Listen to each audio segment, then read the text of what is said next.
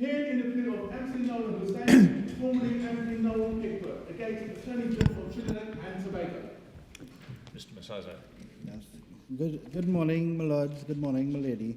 If it pleases the Honourable Court, for I, Hove Masaisai, I appear as counsel for the appellant. With me is Miss Chelsea Edwards. Mr. Robert Strang appears for the respondent, and I believe he's instructed by Mr. John Almeida and Camilla Hart. Those are the appearances. Thank you. May I? Yes, please. Yes. Please proceed. Now, before we get into the cut and thrust of our appeal, I wish to simply break the ice. This is Miss Chelsea's first appearance before the board, and it's my fourth appearance, but my first in-person appearance before the board. And Lady Rose, I know in your recent speech to the law school of the University of Glasgow, you covered constitutional rights with a Privy Council twist. I did. And certainly you did make mention of some cases, Matthews versus the Attorney General, coming out of the jurisdiction of Trinidad and Tobago. And you did highlight that we separate and apart from other jurisdictions in the Caribbean, we took our constitutional blueprint from the Canadian Charter. That aside, at paragraph 21 of Milady's speech, Milady did indicate, and I'll read verbatim from Milady's speech so I don't paraphrase. In Boyce versus the Queen, an appeal from Barbados in 2004, Lord Hoffman acknowledged the origins of the Constitution and the influence of the European Convention, but then said, the Constitution does not confer upon judges a vague and general power to modernize it. The specific terms of the designation of Her Majesty as the executive authority make it clear that the power to make a change is reserved to the people of Barbados, acting in accordance with the procedure of constitutional amendment. That is a democratic way to bring about constitution and bring it up to date.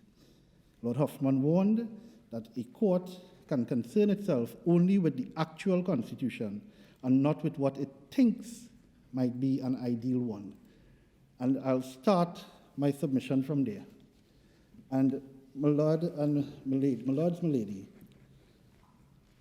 my submissions will follow the two issues that the board have highlighted as being the main issues of this appeal. The first issue being, was the Court of Appeal wrong because it did not overturn the decision of the trial judge to strike out Mr. Hosein's constitutional claim on the basis of various factors, in particular the availability of a parallel remedy and the delay in bringing proceedings.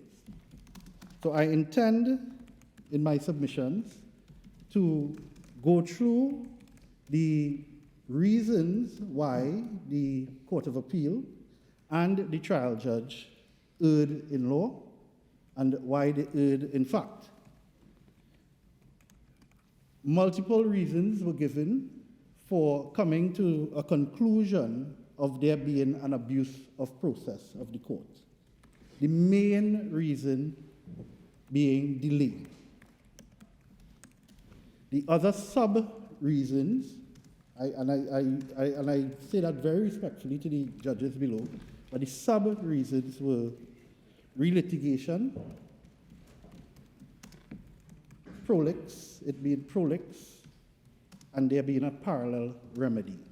But the main thrust of the abuse of process argument fell around that concept of delay. Now we say, yes, when we discuss the relitigation, we'll naturally discuss res judicata. and say why it did not apply in this particular instance. Now, with regards to the delay aspect, we say So that... what's the second issue, you say? Sir? You said there were Malone? two. You said there were two issues. Yes, so the second issue was the issue of the apparent bias. Okay. Ah, Who's apparent bias? The apparent bias, that is the second issue as highlighted by the board. Was the Court of Appeal wrong to conclude there was no evidence of apparent bias on the part of the trial judge? That was the second issue. And that's seriously pursued, is it, that argument? Well, I'll leave it for last. if the court does not have an appetite for it in the day, I'll leave it. But we have submitted on it in our case, and it is an issue that the board did email us to address. You say the board gave a direction about this today. Indeed. Where do we find that? It was sent via email. There's no... You may have received a summary that's been prepared administratively. But Yeah. the board hasn't given any That's indication not- to you about what you're to argue or not. It's entirely Okay. your case.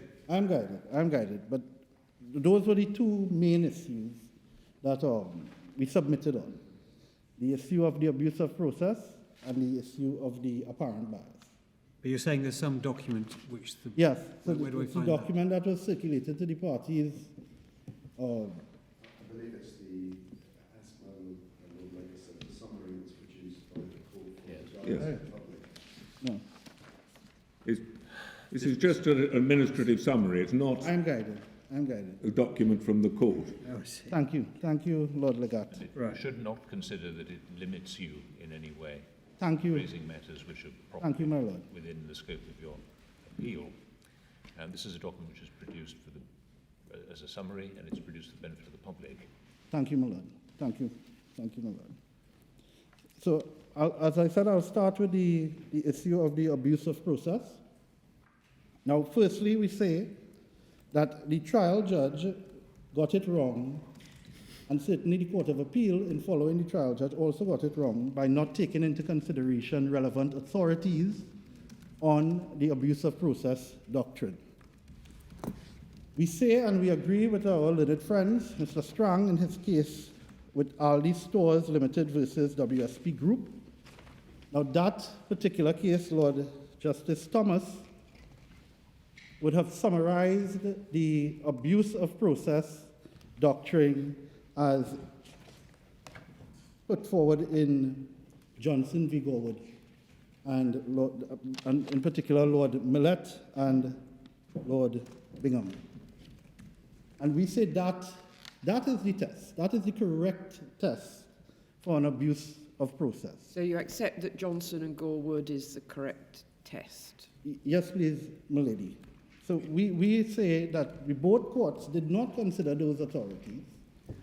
But we're concerned with delay here, and they considered the case of Doherty, Indeed. which sets out the relevant test, doesn't it? Yes. So Doherty does set out a test, and we say that is a test that was not applied correctly by the courts. Well, that's a different point, but they Indeed. set out that test, and Yes. you agree that's the correct test, do you? No, so what we are saying is that to limit abuse of process to delay simpliciter is wrong in law. A better approach, and we submit this to the board, would be the approach of Lord Bingham in Johnson and Gorwood, and certainly the approach of Thomas L.J. in Aldi Stores. Because it does not only consider delay, it considers a myriad of other factors, one being the explanation, a cogent explanation, and it also considers they say a broad merits-based approach should be considered. And certainly, so it considers all the circumstances of the case as opposed to... So you're using abuse of process here not just to refer to the relitigation point, but just as a sort of compendious term including the delay point, is that right? Yes, my lady. Yes, my lady. So we are saying the delay, as it was perceived by the Court of Appeal, was 17 years. We are saying they were wrong to consider that entire period as being delay in accordance with the principle in Doherty. Well, the starting point is how long was it before the proceedings were brought? Answer 17 years.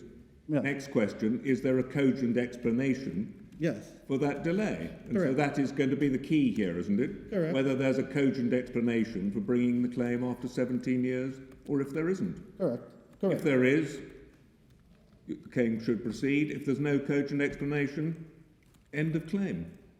Well, I don't think that's that straightforward in terms of no cogent explanation, you're out. Because even in the Dindial case that my learned friend submitted to the board yesterday, I believe it was Justice of Appeal Barrow, where he corrected the court below because they deemed the entire 16-year period as being a delay, an inordinate delay. He corrected the court with regards to a delay of 5 years. So he put it into 3 periods of delay, and the least period of delay was a period of 5 years.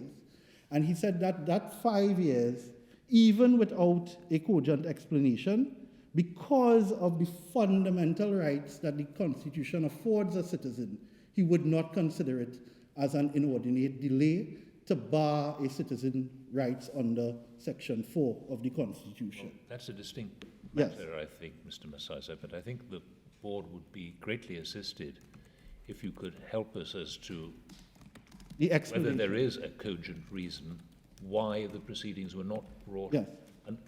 sooner than they actually were. Yes. So, Put it that way. my Lord Lloyd Jones, I will answer that question as best as I can. So on the evidence, and the evidence, I would refer the court to the electronic bundle, page, I believe it's page 952 of the electronic bundle. 952. So there were 3 affidavits filed by Mr. Hosein, as he then was called Mr. Egbert, in the claim for constitutional relief. He filed 1 to support the claim and 2 supplemental affidavits. So I'm referring to one of the supplemental affidavits, which had an explanation in it. The first explanation can be found at paragraph 3 of that affidavit. In my affidavit, in support of this claim, filed on the 10th of December 2020, my evidence as that the related matter was previously dismissed by the chairman of the Equal Opportunities Tribunal, and an appeal was filed and was heard at the Court of Appeal. In the appeal, the Court of Appeal gave advice and guidance when a request was made for the Court of Appeal to transfer the proceedings from the Equal Opportunity Tribunal to the High Court under Section 14.4. He goes on to say at paragraph 4, therefore, that is why he filed it. So he said he received certain, but it was, the court said it was obiter dicta. The court didn't give him legal advice on what whether he ought to bring a claim. They just told him that they couldn't transfer the claim, and that if he wanted to bring a constitutional claim, he'd have to start one anew. Indeed. That was Justice of Appeal Smith, as he done. Yes. So it goes down. If we look at paragraph 5, he says, when I received notice that I was retrenched from Caroni 1975 Limited on November 24, 2003, I made an application for the Estate Police Association to refer my retrenchment as a trade dispute in the industrial court. The EPA stated that they would not do so, as there was no grounds to do so. I decided against filing a constitutional motion after I was retrenched by Caroni because I recalled reading in all the daily newspapers in February of the year 2002 that the Privy Council had held in the case of Jaru versus the Attorney General that a person must ascertain the right contravened, and where there is another procedure available at common law or under a statute, he should resort to that procedure before resorting to invoke the constitutional rights. And he goes on to say, I came to the conclusion that I had another alternative remedy. Well, he How didn't had- at that time, did he? He didn't have another alternative remedy.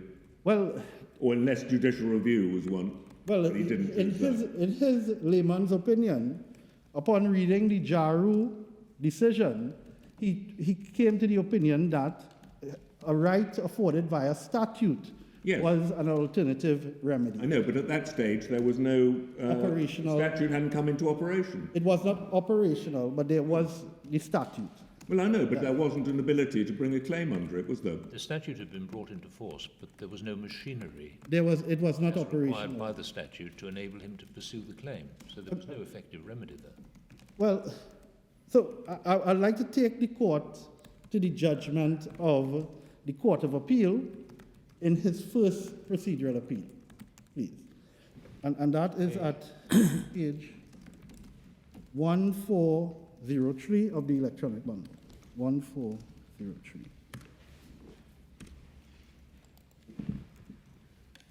Now, the court would know from the procedural history before the Equal Opportunities Tribunal, there were two procedural appeals. And both because they struck it out, saying that he has no cause of action before them. Both procedural appeals were reinstated. Both matters were reinstated by the Court of Appeal. In this appeal, the panel consisted of Justice of Appeal Barrow, Justice of Appeal Smith, and Justice of Appeal Devines. I was the counsel at the time for this particular appeal. And the judgment of Justice of Appeal Smith starts at page 1404. So this was an appeal against what decision? The striking out, the first strikeout. So they struck it Strike out, out of what? the matter before the Equal Opportunity Tribunal. His claim for victimization. So before- the Equal Opportunities Tribunal struck out his claim before them and he appealed He and that appealed. was successful and it was remitted. Yes. But the reasons why it was struck out is instructive in that there were particular findings of the Court of Appeal that were not appealed by the Caroni 1975 Limited. And I will take the court to that. How does this explain delay between 2003 One of, my lord, one of 2009? One of the reasons why it was struck out was because of delay. So the Court of Appeal addressed Once delay. he started his claim in front of the Industrial Tribunal, Yeah. it was struck out because that claim was in delay. But Yeah. I fail to understand at the moment how this judgment assists us Okay. in considering the reason for the delay, the cogent reason for the delay between 2003 and 2009, 6 years. Yes. So, What is the explanation for that period of delay? and that is, 2003 yes. to 2009. You- Does this address that period? Indeed, my lord. So allow me to get to the point that my lord wants me to get to. This is in the context of the Yes. claim under the Act. It's not in the context of a constitutional claim. Indeed, but the So it's time completely of the different delay it's the same time frame, the 2003 to 2009. Yeah, but for a So different What purpose. did they say about Yes, so let me get to that, please, my lords.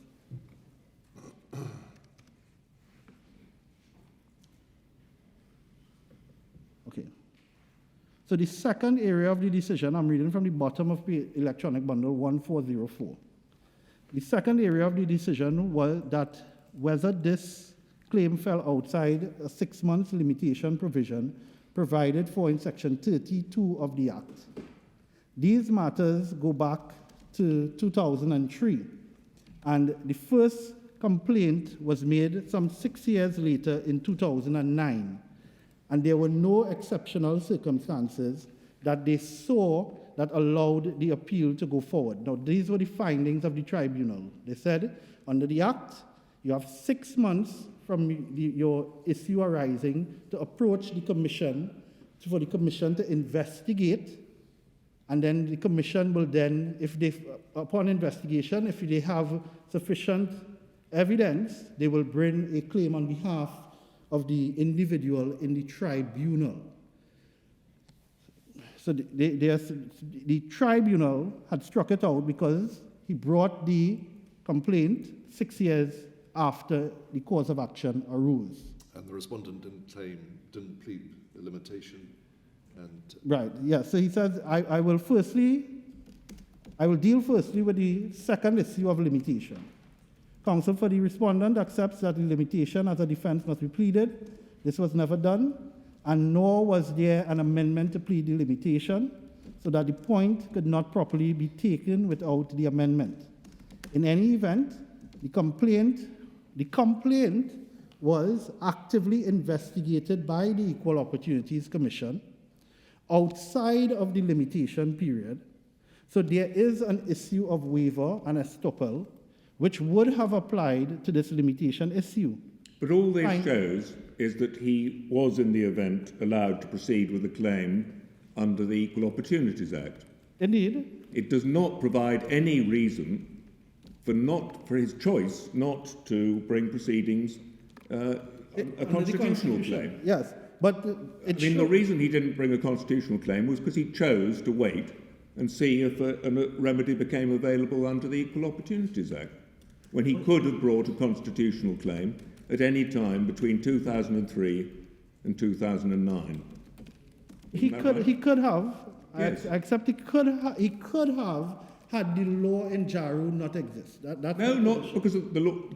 Take the law in Jaru. That Yes. says if there's an alternative remedy, you must pursue that. But there wasn't an alternative remedy until the Equal Opportunities Commission came into operation.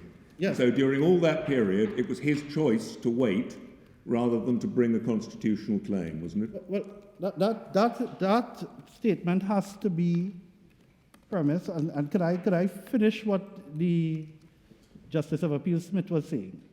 Because he dealt with that same question All right. in what he was saying. He did. So he says, finally, we see, so I was by estoppel. So issues of waiver and estoppel, which would have applied to this limitation issue. Finally, we see that there were exceptional circumstances, and they were fairly obvious that at the time that this matter arose, although the Act was in force, there was no functioning commission until the time of the complaint. We see that the dismissal of the complaint on the ground of limitation was an error of law and wrong. So with respect to the issue of the delay, we are saying that when the commission took it upon themselves to accept his complaint in 2009, then that is something that has to be taken into consideration when you consider his explanation. It's got nothing to do with his constitutional claim. It shows that he was proved to be entitled to bring the claim that he wanted to bring. That is not a reason or an explanation for why he should later be allowed to bring a constitutional claim, which he chose not to bring during all that time. Well, my lord, what we are saying is that his reason for not bringing it was not considered by the courts below. Well, we're asking you to justify it now, and it was his choice, wasn't it? It was a choice not to bring it. Correct. It may not have been the right choice. No. As was the case in Aldi stores, where Aldi chose not to bring their entire claim. And so you can't shut the door completely because the choice was a bad choice. It has to be factored in to the broad merits-based approach in terms of coming to the conclusion that it was an abuse of the court's process. So we are respectfully submitting to the board. It may have been a very good choice, but it doesn't justify later deciding that you'd like, after all, to bring a constitutional claim, which you elected not to. No, well, he sought the statutory remedy. The statutory remedy was on the books at the time, and certainly since it was going through the court process, meaning the Surratt matter, the Surratt versus the Equal Opportunities Tribunal, well, I think it's the Surratt versus the state, where the state was of the opinion that the act was unconstitutional. My learned friend was junior counsel in that matter. And he was studying the landscape of constitutional matters in our jurisdiction at that time. And unfortunately for him, at that time, the position was, and he quotes George versus the Attorney General, he quotes the Gockin and Gockin, at the time, the door was closed if there was any alternative remedy. What door was closed? The constitutional door. How was that closed? It wasn't closed at all. It was wide open because there was no alternative remedy. Who was closing the door? Yeah. Respectfully, we say the decision in Jaru. Because when we look at Ramanuk, So what was the alternative remedy that was available in 2003? the alternative remedy to him, in his mind, was to go to the Equal Opportunities Commission and make your complaint. And that was the only one, is that right? That was on his evidence. That was. Well, it wasn't available. He couldn't start. He tried to start, but he was told he couldn't, I think. In 2003. Yes, so it wasn't an available remedy. So, but when they come in 2009 and accept it, isn't that not a waiver? Isn't that not an estoppel? Yes, as the Court of Appeal said, they Yes. shouldn't have. It was wrong for the EOT to strike it out on the basis of delay because they hadn't got their act together before 2009. But the question is, I mean, if State had gone the other way and held it was constitutional, then there would never have been Yes. an alternative remedy. But why is it that you say that even during the period 2003-2009, when no one knew whether this EOT was going to ever get off the ground, why did he think that that was an alternative remedy that prevented him from, or did he think that that prevented him, because of Jaru, from bringing a constitutional claim? Well, milady, that was his explanation. And his explanation was he read the Jaru decision. Yes. And he thought at the that- time he was a layperson, he wasn't an attorney as yet. And in his mind at that time, he thought it was you have to have the alternative remedy in common law, or exhausted your common law options or your statutory options before approaching the final, the highest court, the Constitution. But he can't have thought there was a statutory option available to him. Otherwise, he would have, on his own evidence, have availed himself of it. He knew there wasn't. Well, Then he discovered later, in 2009, somebody told him when he was in the United Kingdom that the Privy Council had allowed an appeal and it was open to him after all. So then that was his good fortune. He was able to pursue it. well, the statute was there. So the law was proclaimed. He can't be penalized for the cabinet not financing what they passed, although be it from a different government. So what was happening is that there was law on the books with regards to discrimination, victimization, but it was not operationalized. Well, that's his explanation anyway for the first period. That's his explanation, and as I said, that is something that the court had to take into consideration, which it did not. We are saying that the explanation, although it may not be the best explanation, it is what the layperson has given on his affidavit evidence back in 2021 when the matter was first struck out in the High Court. Then he pursued the complaint to the Commission when it became available. Yes. He pursued those proceedings for another 10 years or Yes. something, So if and then we- he abandoned them. So if we look at the first period of delay, it would be from 2003 to 2009. Yes. On the Dindial case, a 5-year period of delay was considered, with no cogent explanation, was considered not so inordinate to shut the door on a constitutional. So if in 2009 he'd chosen to bring a constitutional claim, perhaps he might still have He been in might- time. But he chose not to. He chose to bring Right. when it became available, these proceedings. And it was available. It was available in 2000. Then it became available. And then the next question is his choice to give up on those proceedings justify him in bringing a constitutional Correct. claim 17 years after the events? In 2009, from 2009 to to 2021, he withdrew his claim.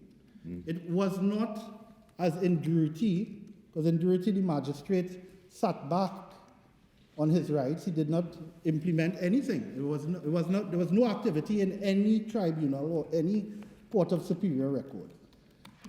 He went through the process. The commission did some investigations. It ended up in the tribunal. They separated the commission from the tribunal. And twice the tribunal threw out his case.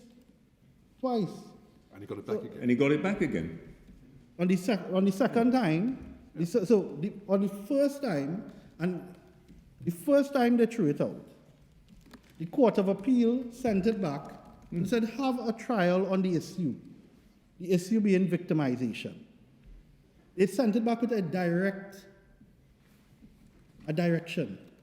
The victimization was investigated. You were wrong in law, and in fact, to just dismiss it without allowing him his day before the court. And certainly, he went back. When he went back, I think they took about 8 months before they listed it again. I can't be corrected by my learned friend if I'm off with the time, but it took a while to list the matter. When they listed the matter again, a new chairman at the time... Before the EOT, Yes, a new chairman at the time. First chairman was Chairman Joseph, the second chairman was Donna Powell. Yes? But a new chairman struck it out again for the same issue. For the same issue. So it was not by virtue of him sitting back on his rights, and it was not, it was sort of an exhaustion. That's what I'm trying to get across to the panel, that he was exhausted by a process that he thought would have been a bit faster and a bit more accessible for persons who are victims of discrimination or victimization. Because that is how the act was piloted. That's literally how it was piloted in Parliament. Come 11 years after, certain issues arose with him on the panel. He says he's looking at judgments from the Privy Councils, which is saying certain things with regards to the composition of the Judicial Legal Service Commission and the appointment. So he has his concerns. His concerns are legitimate concerns, and then he withdraws. He withdraws from the Equal Opportunities Tribunal in 2021, and he files a 2020, sorry, my lord. He withdraws in the year 2020, and he files his constitutional motion. What we are saying is that it was not an abuse of the court's process. To be an abuse of the court's process on the ground of delay, when you look at Duruti and when you look at Dindial, the delay is a delay where persons sit back and do nothing. They do nothing. They don't approach any... That's not the point. The point is that he had proceedings ongoing, and the fact that he was dissatisfied and he didn't like that process isn't a good reason why he should now be allowed to start a fresh claim 17 years after the events. Well, what I would suggest to the Honourable Board is that when you look at the delay, and certainly when you look at it through the lens of Johnson and Gorwood, and when you look at it through the lens of Aldi Scores versus WSP, you also look at what prejudice the defendant has to suffer, would suffer because of the delay. So you don't simply say delay by virtue of time and the door is closed. And we say that is all the more relevant because Aldi Stores and certainly Johnson and Gorwood, these are commercial cases. This case is a fundamental rights case. This is a case where there is no express provision for a limitation period. So to simply say 17 years, no access to the Constitution, we have said that would be a wrong in law. Well, if we're going to look at prejudice, if we are going to, his allegations depend on various conversations he claims took place. Right. And it's impossible fairly to decide what was said or not said by the time 17 years have elapsed and people have forgotten what inevitably memories fade over time. No, I mean, well- that's about 3 times the limitation period for ordinary actions. So part of his claim, and in his affidavit, part of his claim is that persons were allowed to accept the VSEP after the deadline. The deadline being, I think it was sometime in April 2003. And he was treated differently from those persons from Caroni 1975 who were able to accept, even though the deadline had passed. So In his how evidence- is it possible to address differential treatment after 17 years? Well, that is what I was getting to, my lord. So in his evidence, he shows where in 2019, he submitted an application under the Freedom of Information Act. And under the Freedom, that is at page, electronic bundle 562. 562. Of the electronic bundle 562. Yes? But I want to take the court to the affidavit, that paragraph. Page 394 of the, but that was the exhibit. But page 394, and it is paragraph 40 of his affidavit. So at paragraph 40, he says that on the 17th of December 2019, Caroni provided me with a list of all the persons who accepted VSEP after the 3rd of April 2003 through a Freedom of Information request made pursuant to Section 13 of the Freedom of Information Act 1999. And the list of names included, and he gives some names, and the document lists a total of 63 persons made up of 5 different classes of employees were allowed to accept VSEP, and that's part of his case. And what he is saying is, and he attaches it as an exhibit, the response to the Freedom of Information request. He's saying, one, that although Caroni no longer produces cane sugar, they still have their CEO, they still have their board. They are still in the business of administrating the affairs of Caroni, and certainly he gives his evidence, unchallenged evidence, where the assets of Caroni, meaning all of the lands that belong to Caroni, had been transferred to the government of Trinidad and Tobago. That is unchallenged. So what he is saying here is that at least in 2019, they don't say we cannot find your list of comparators. No, well, yes. I mean, they've got a list of people who did accept the SEP, but So, they would need to defend the claim by saying, actually, these people were not proper comparators because their situation was different from his situation, and the reason that they got it and he didn't was nothing to do with victimization. It was because they had different characteristics. and to that, my lady, we say that in the affidavit of Mr. Smart, that was the affidavit to strike out the constitutional motion. Mr. Smart attaches the amended defense of Caroni in the Equal Opportunities Tribunal. And nowhere in Mr. Smart's affidavit does he depose to being prejudiced in the manner of, I cannot find witnesses. Well, what was the date of that? Or his affidavit, my lady, it's at page 965 of the electronic bundle, 965. 965. Affidavit in support of application to strike out by Mr. Rob Smart. Now, Well, one of the issues is whether he ever asked for a voluntary severance package. And he gives evidence on page 397 about various conversations when he says he was told that he could go along to a meeting and he'd be offered, he'd be able to sign a VESP, and when he got there, he wasn't allowed to. Yes. How is that going to be decided, whether that's true or not, after all these years? Well, one, the person who gave him the offer was the acting CEO at the time, Mr. Clarence Rambarat. At the time when he made these allegations in the constitutional motion, Mr. Rambarat was the Minister of Agriculture in our jurisdiction.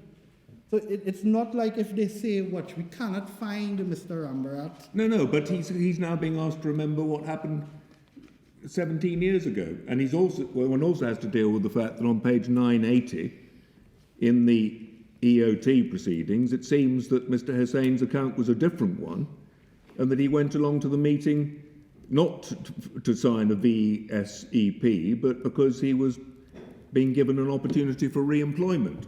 Indeed. But So he's got a different account of that meeting. How on earth is a tribunal to decide now what happened at that meeting?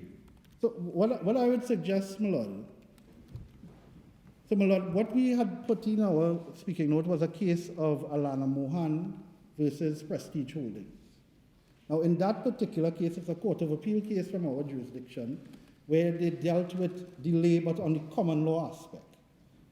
So in that matter, Justice of Appeal Mendonça, and I would take the court to it, it's at page Before you do 166. so, before you do Yes. so, could you please explain to me, in simple language, how it is, after 17 years, that a tribunal will be able to resolve these issues of fact in this case, given that it depends upon the recollection of individuals. Now, how do you say that prejudice has not been caused by the elapse of time affecting the memory of the witnesses? How do you say that? Yes. Don't refer to any other case, Yes. just answer in relation to this case. Yes. So in relation to this case, I say that that evidence of prejudice has to come from the party that is saying there's an abuse of process. So the burden is not on the claimant, it is on the defendant. Assume for one moment you're wrong about that, and Yes. there is self-evidently prejudice in this case. Or there's been a finding of prejudice by the Court of Appeal. Now, explain to me why there is not prejudice. Okay, so it would not be prejudicial because if it is, we look at the time from at least 2009, the state would have been aware of the case that they had to meet, because that was as against their company, their state company, and they put in a defense to it. So they do, and an amended defense to it. So they knew the facts that the gentleman, because both courts say, the High Court, one, says that you are arguing this. Assume for one moment Yes. that the respondents took witness statements in 2009, Yes, and somebody can refresh their memory from those witness statements yes. a decade or two later. Aren't they then vulnerable to the very simple proposition that they may be mistaken? They can. So a court can take that into consideration, my lord. But, and I say this again, I mean, on the they would be giving evidence not about what they actually remember, but what they wrote What they in wrote, indeed. 2009. and is that a good thing? well, when under cross-examination, it should not be on memory. So what you put in your witness statement is what you decide it's true and correct. What was going back to the Equal Opportunities Tribunal when on both procedural appeals was a trial. It was for trial. And the same instructions that the Attorney General has to get now would be the same instructions that he would have had to get back in 2009. Because it's not like if the workers of Caroni work in the office of the Attorney General. Mr. Smart would go and just take what he got, and certainly that is what he did. He attached it to his affidavit. He simply attached what he found in Caroni in 1975 in terms of what was their defense, what was their amended defense. So we are saying, one, if I am to say that, and I'm not conceding that point that the burden lies on the claimant, but if I am to take Lord Stevens' argument that the burden lies on the claimant to prove the prejudice of the defendant, then we are saying that certainly from 2009, they would have been fully aware of the case that they had to meet because it was being investigated by them. The Commission is part of the organs of the Equal Opportunities Act. My Lord. So,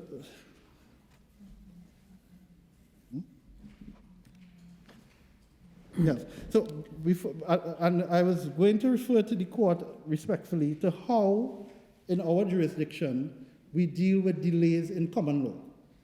And I say the way that Justice of Appeal Mendonça dealt with it in Alana Mohan versus Prestige Holdings was a sensible way to deal with delay. And he dealt with it looking at all the circumstances of the case, meaning the claim was filed outside of the statute of limitation period, and certainly based on our act, once you raise that defense, then the only thing the claimant can do is make an application for the limitation period to be enlarged. Once you make that Which is the application... case that you're talking about? Yeah, Mohan, did you say? Or? It's at page 166 of the supplemental electronic bundle. 166 of the supplemental electronic bundle.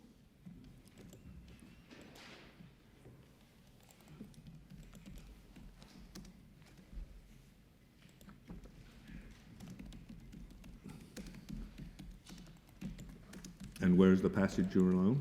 Yes, one moment.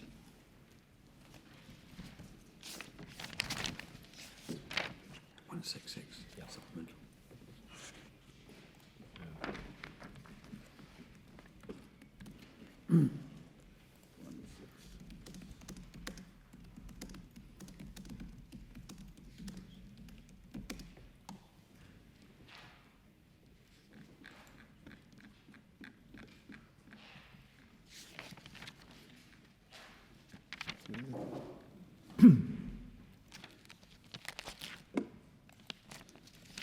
So in particular,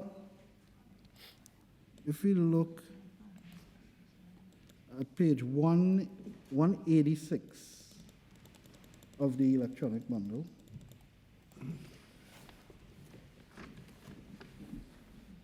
supplemental electronic.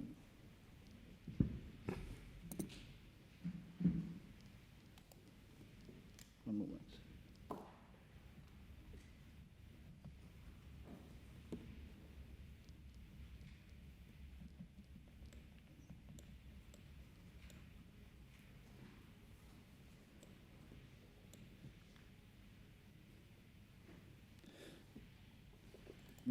Can we look at 194, paragraph 81 of that particular case, please?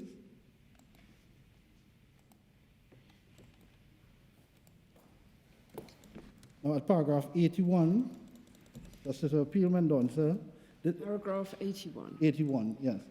Now, this is after he looked at the prejudice to be suffered. Now, I'm sorry, I've not got the page. Page 194 of the supplemental, The supplemental bundle. Right, thank you. Yes. So even if it can be said that the second defendant will suffer some unfairness that may usually follow from a fluxion of time, it is appropriate to bear in mind what was said in Kane versus Francis, which is as follows. It seems to me that in the exercise of the discretion, the basic question to be asked is whether it is fair and just in all the circumstances to expect a defendant to meet a claim on the merits, notwithstanding the delay in commencement. The length of the delay will be important, not so much for itself as to the effect that it has had. To what extent has the defendant been disadvantaged in his investigation?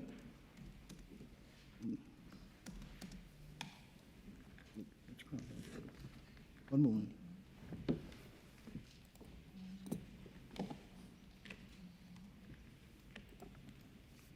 Do you have it?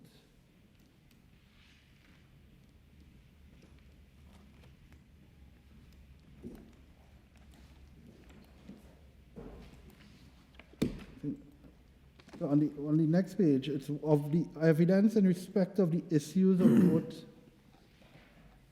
One moment. My computer is frozen, sorry. Thank you. Yes.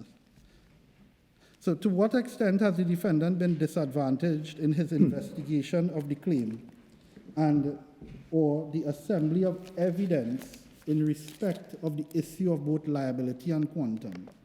But it will also be important to consider the reasons for the delay. Thus, there may be some unfairness to the defendant due to the delay in issue, but the delay may have arisen for so unexcusable a reason that looking at the matter in the round, on balance, it is fair and just that the action should proceed. On the other hand, the balance may go in the opposite direction, partly because the delay has caused procedural disadvantage and unfairness to the defendant, and partly because the reasons for the delay or its length are no good ones. So what we are suggesting is that a similar approach be taken by the Honourable Board. It should not be delay, the length of the delay, full stop. The court ought to put into... This case was to do with whether a statutory limitation period should be extended. This wasn't an abuse of process. Well, it was struck out. So they raised the defense of limitation. It was struck out in circumstances where the claimant stroke appellant had made an application for the limitation period to be enlarged, and the Court of Appeal considered in what circumstances would a court exercise an equitable jurisdiction to enlarge the limitation period. So it deals with delay, but in a common law aspect, and certainly under the... Well, it's not really a common law aspect because it's dealing with the statutory power to... The statutory power, yes. And was Canon Francis also an extension of the limitation period point, do you know? I don't know if that was an extension, but it seems to be a delay point.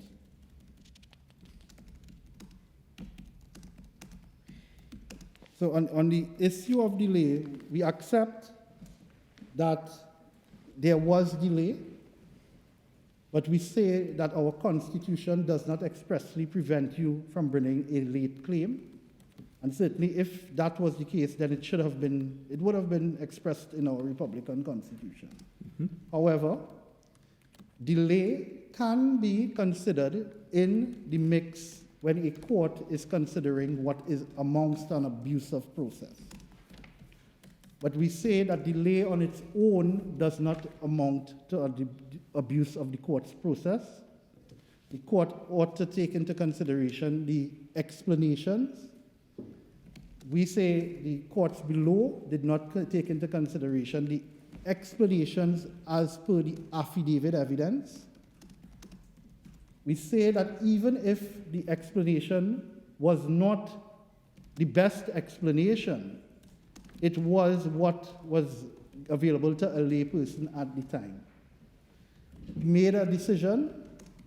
Obviously, in hindsight, he could have made a better decision. From the year 2003 to the year 2009, we say that 6 years under our Republican Constitution is not an inordinate delay. Certainly, if you count the full time of 17 years, that is an inordinate delay. From 2009 to 2020, it was delay, but with an explanation. He had already started a process, and he was going through the process. The process was a process before a court of superior record, because the tribunal is recognized as a court of superior record. He did not see justice in that court, and he decided to withdraw the matter and file it in the Constitutional Court. The Court of Appeal, albeit obiter dicta, said in Justice of Appeals Smith, he dealt with both procedural appeals. It had in the transcript where he jokingly says, if you go back there, you'll come back here in 2022 with the same issue. So it might as well you file a constitutional motion. He says that jokingly in the second transcript. But he was saying it on the background that he thought he sent this back for trial in 2018. So now I'm seeing you here again in September of 2019 with the same issue. And that is the frustration. So then he makes a decision that the tribunal is not where he can get access to justice. So he files a constitutional motion. And obviously the state raises the procedural bar being what they say is an abusive process on the ground of delay. They also say, and we ask the board to correct this, when they filed their original application, they also said it's an abusive process because it's prolix. Now, our constitution doesn't allow for striking out a constitutional motion because it is prolix.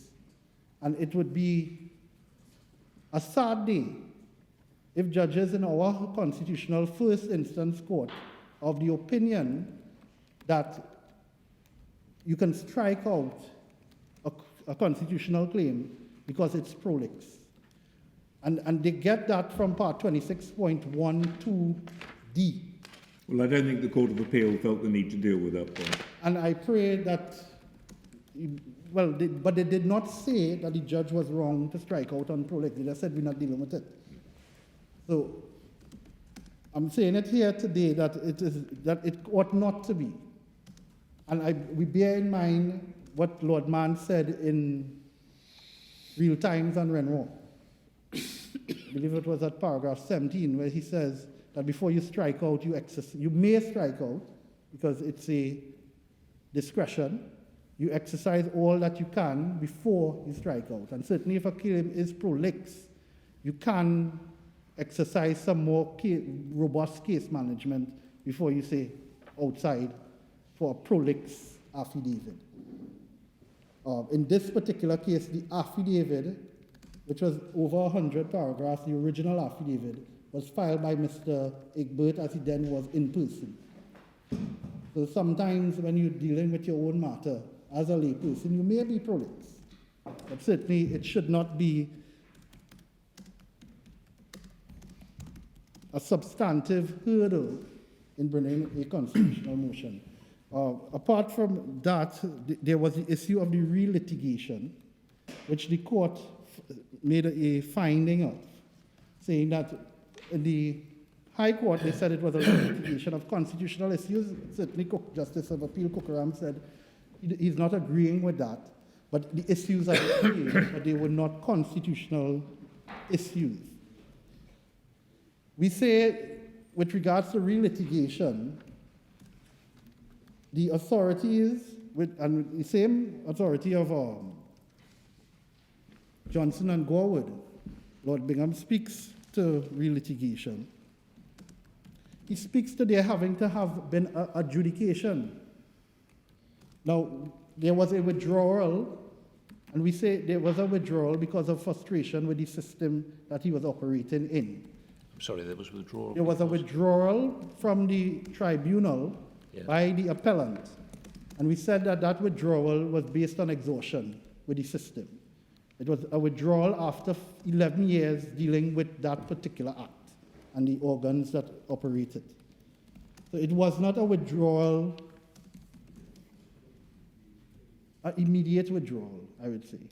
He tried, and certainly to have 2 procedural appeals and 2 full panels of the Court of Appeals send a matter back for trial, and if you don't get a trial, he decided to take. So the re-litigation point, we say it was the issues were never litigated in the form of adjudication. There was never a decision on any of the issues that he's asking the court, the constitutional court, to consider. No, it's not that kind of abusive process. It's a Henderson and Henderson type of abuse, which is, no, they weren't decided by the EOT, but they should have been and could have been, and that's the point that you're meeting by saying he just got worn out by Yes. the procedure, I think. Indeed. So, and even if they could have, they could not give constitutional remedies. And that is what the Court of Appeal judge said that the trial judge would have erred. So the trial judge said they could have given constitutional remedies, but they can't. I think the Court of Appeal in the transcripts. What do you mean by a constitutional remedy in this sense? So since Ramanoop, the decision of the board in Ramanoop, it allows our constitutional courts to give a very wide range of damages. But what he wants, presumably, is compensation for the difference between the retrenchment package that he actually got and the more favourable package that he would have got with the VSEP.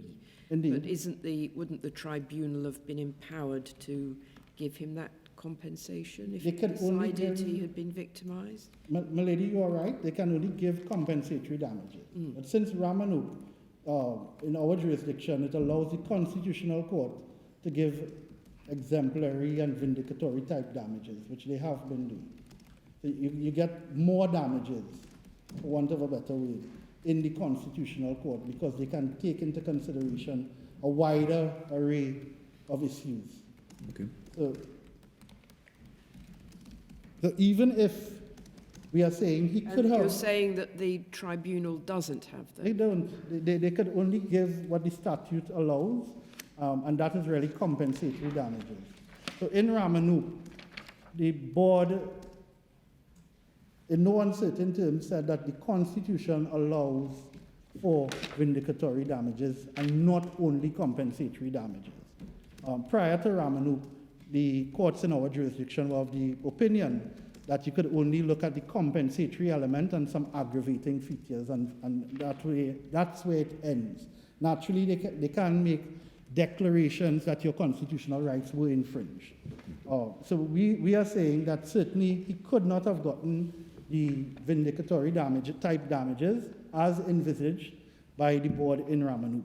And certainly Ramanoop came, I think the board gave that decision in the year 2005, please, Milord. So with regards to the re-litigation, we respectfully... That decision was in 2005. Ramanoop? And so in 2005, he was the only remedy available to him was a constitutional claim. In 2005, the vindicatory element. Yeah. Yes. Yes. And he didn't pursue it. He did not pursue it in 2005, but he does not give any evidence of being aware of Ramanoop in his affidavits. He gives evidence of being aware of Jaru in his affidavit. So it all depends upon what he's aware of, is that right? Well, it depends on what his explanation is. His explanation was, but I read in the papers the Jaru decision, and I formed this opinion. So I'm with the board that there was delay from 2003 to 2009. And that delay period will cover Jaru's decision of the board. I think that was a 2002 decision. And it will also cover the Ramanoop decision of the board in 2005. But what I'm saying is that even that delay from 2003 to 2009 is not so inordinate to shut someone out of the Republican Constitution under Section 4 and 5. When did he first get legal advice? Well, he doesn't say when he got legal advice. He doesn't say. When is it apparent that he first obtained legal advice? On the papers, I could only say when we came in on the papers. We came in the Equal Opportunities Tribunal. But there was some advice in the commission stage, because the commission functions as an advisory stroke investigatory body. So they must have had some advice. And so when did you come in then? I came in, I think it would have been in about 2013, about 2013. So we were dealing with the trial in the tribunal. And so therefore it was Sorry, in which year? I didn't hear. About 2013, I believe. 16. 13. Voluntary? Right. Yeah. So we came in to deal with the trial before the tribunal.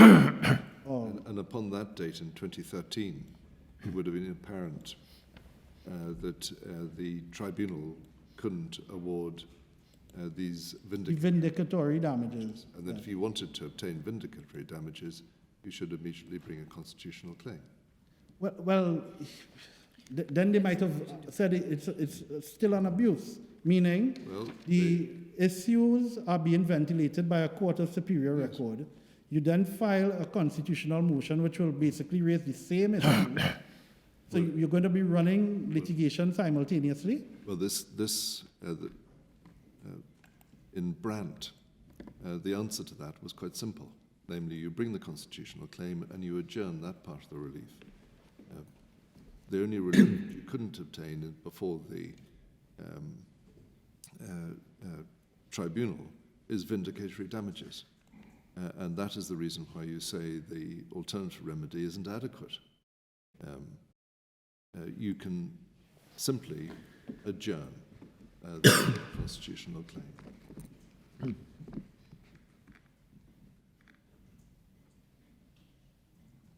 You're saying, in effect, that the alternative remedy of bringing proceedings before the tribunal was not adequate, and that he was in receipt of legal advice to that effect in 2013, because he couldn't obtain vindicatory damages. Well, we don't want to get into No, privileged matters, but I'm Yes. not sure whether Sorry. he did. We don't know, and we can't really ask whether you were advising him more generally or just on the EAP. Indeed, and I don't like to give evidence from the bar table, my lord. I do understand the chain of thought what my lord is trying to get to, but I don't want to give evidence from the bar table, please, my lord. So, my lord, what I can say is when we came into the matter, it was really to do the trial at the Equal Opportunities Tribunal, and unfortunately it got struck out at the trial. We then did the procedural appeal, the first procedural appeal in 2018, and then it got struck out again. And then we did a second procedural appeal in 2019, and then he sought leave of the tribunal to withdraw. Yeah. So in terms of that, how it went, that's how the litigation went. And I put it in the context of the Equal Opportunities Act and the Equal Opportunities Commission and the Equal Opportunities Tribunal was put in place for parties to save costs so that you don't have to be running litigation in the constitutional courts and that sort of thing, because this avenue would be a more cost-effective avenue for persons who may not be able to have that access to justice. That was the whole idea around the Equal Opportunities Commission and the Equal Opportunities Tribunal. And it was, I think it was set out quite eloquently by my learned friend's team, because they represented the Blind Welfare Association in Surat. So when the board made the decision in Surat, it went through all what the Parliament intended with regards to this Equal Opportunities Commission and this Equal Opportunities Tribunal. So the idea of filing a constitutional motion while you're before the tribunal, I'm just simply saying it may not have been a viable argument, meaning he may not have been able to afford both at the same time. And he was already in one which promised, certainly on the act and on the Hansard, a more cost-effective way of litigation. And certainly it did not transpire that way. After 11 years, he got nowhere really. Only procedural appeals. So this case is really about access to justice. It is really about whether or not 17 years is an inordinate time, and whether the courts below were plainly right to treat the whole period of the 17 years as being 17 years of just delay, simpliciter. we say the whole period cannot be considered a period of 17 years with just delay. It was 17 years, but with some explanation. And part of those 17 years, certainly from 2009, he was before a recognized court of superior record. Okay. With regards to the prejudice of the state, we say, one, the burden is on the state to say the prejudice, that it will suffer. We say even on the papers, if the court wants to take a judicial notice that on the papers they will suffer some prejudice, we are saying that the documents are documented. They do not say that any witnesses have died, and we say that the comparators, even up to 2019, attorneys representing the company were able to provide a list of comparators. Did you make this submission about prejudice to the Court of Appeal? Unfortunately, I did not represent him in the Court of Appeal. I did not, I wasn't there in the court. Was a representation made that you have to show prejudice? I can't say if representation was made, but certainly the Court of Appeal made a finding that there was prejudice. And I think they could only make that finding on evidence or if the submission was made.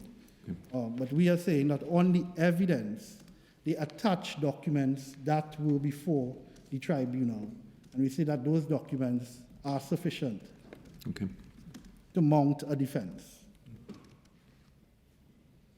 My instructor is telling me that there was a Rajiv Prasad was before, no, Mr. Bhagwan Singh was before the Bhagwan deed. Now, the other point that the court raised with regards to the alternative remedy. The alternative remedy in the minds of the judges below were judicial review. In our jurisdiction, there is a limitation period of 3 months to bring a judicial review claim. And we are saying that even if I'm able to persuade the board that the 6 years was not so inordinate to shut the door on a fundamental right claim, it would have been too much time to bring a judicial review claim, because our act allows for only 3 months to bring a judicial review claim. Just remind me where that 3 months comes from? I believe it's in the Judicial Review Act. Our Judicial Review Act. You have to bring your judicial review application within 3 months of the decision. That's then a Statute. different from the constitutional claim under the Constitution. Yes. So what the trial judge said, Justice Gobin, was that if he was challenging a decision, when you challenge the decision, he couched it as an administrative decision to not allow you the VSEP. You file a judicial review and the court would have dealt with it. Naturally, we say if it is that we look at the delay being from 2003 to 2006, 2003 to 2009, the 6-year delay, then certainly the 3 months limitation period would have been long gone. So even if he could have filed it after the 3 months, 3 months is 3 months. You know? In terms of challenging the decision via the alternative remedy of judicial review, Milady. But why could he not bring a judicial review proceeding as soon as he was refused the package? Or as soon as he knew other and that is where his interpretation of Jaru It goes back to the same point. Yes. The reason he didn't bring judicial review within 3 months was the same reason that he didn't bring the constitutional claim, namely he thought he had to wait for the to exhaust the Well, that would be a reason why he should have brought judicial review, his interpretation of Jarrow.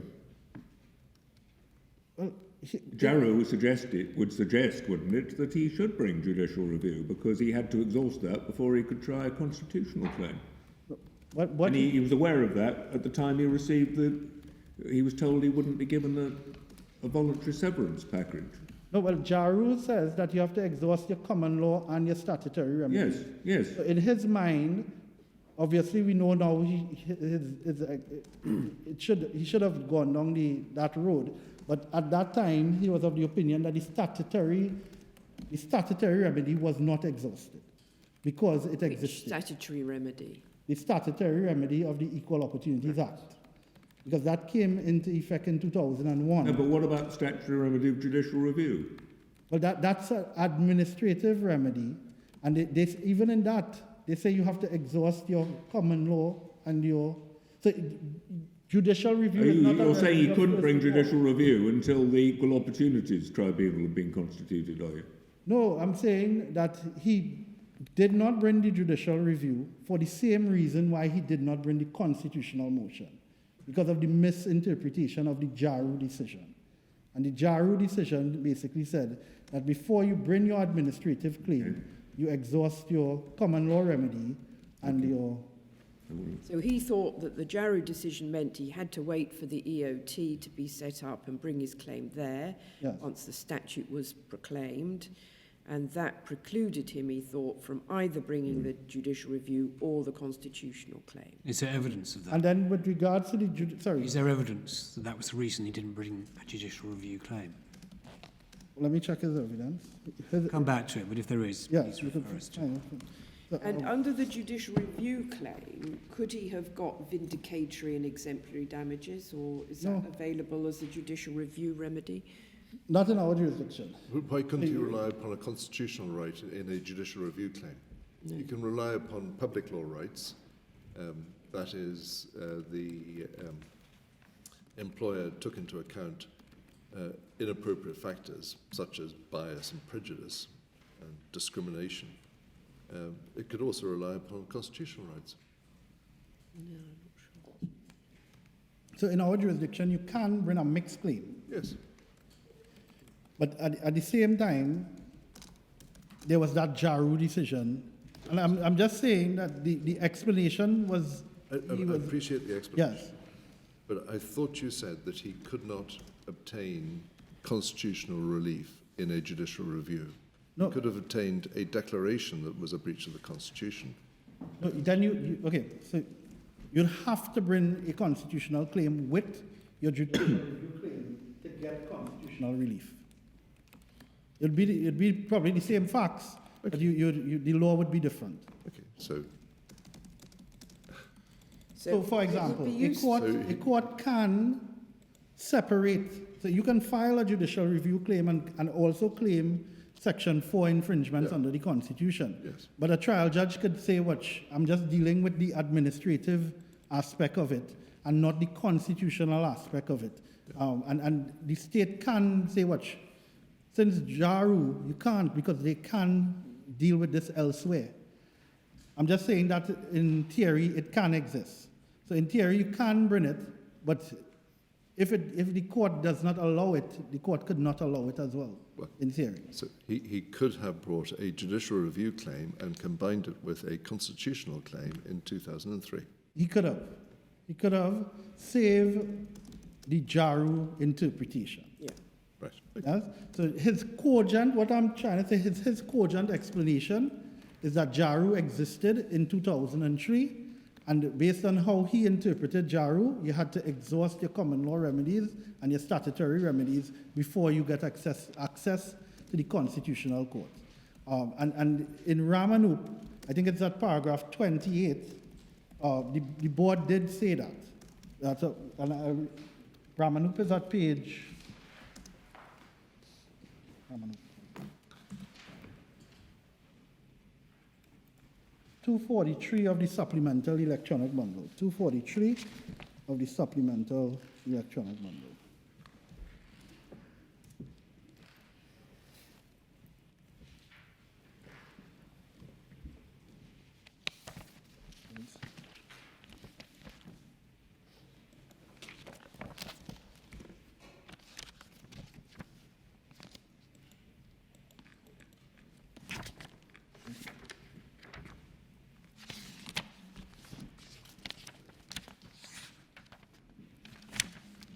I think it's paragraph 28.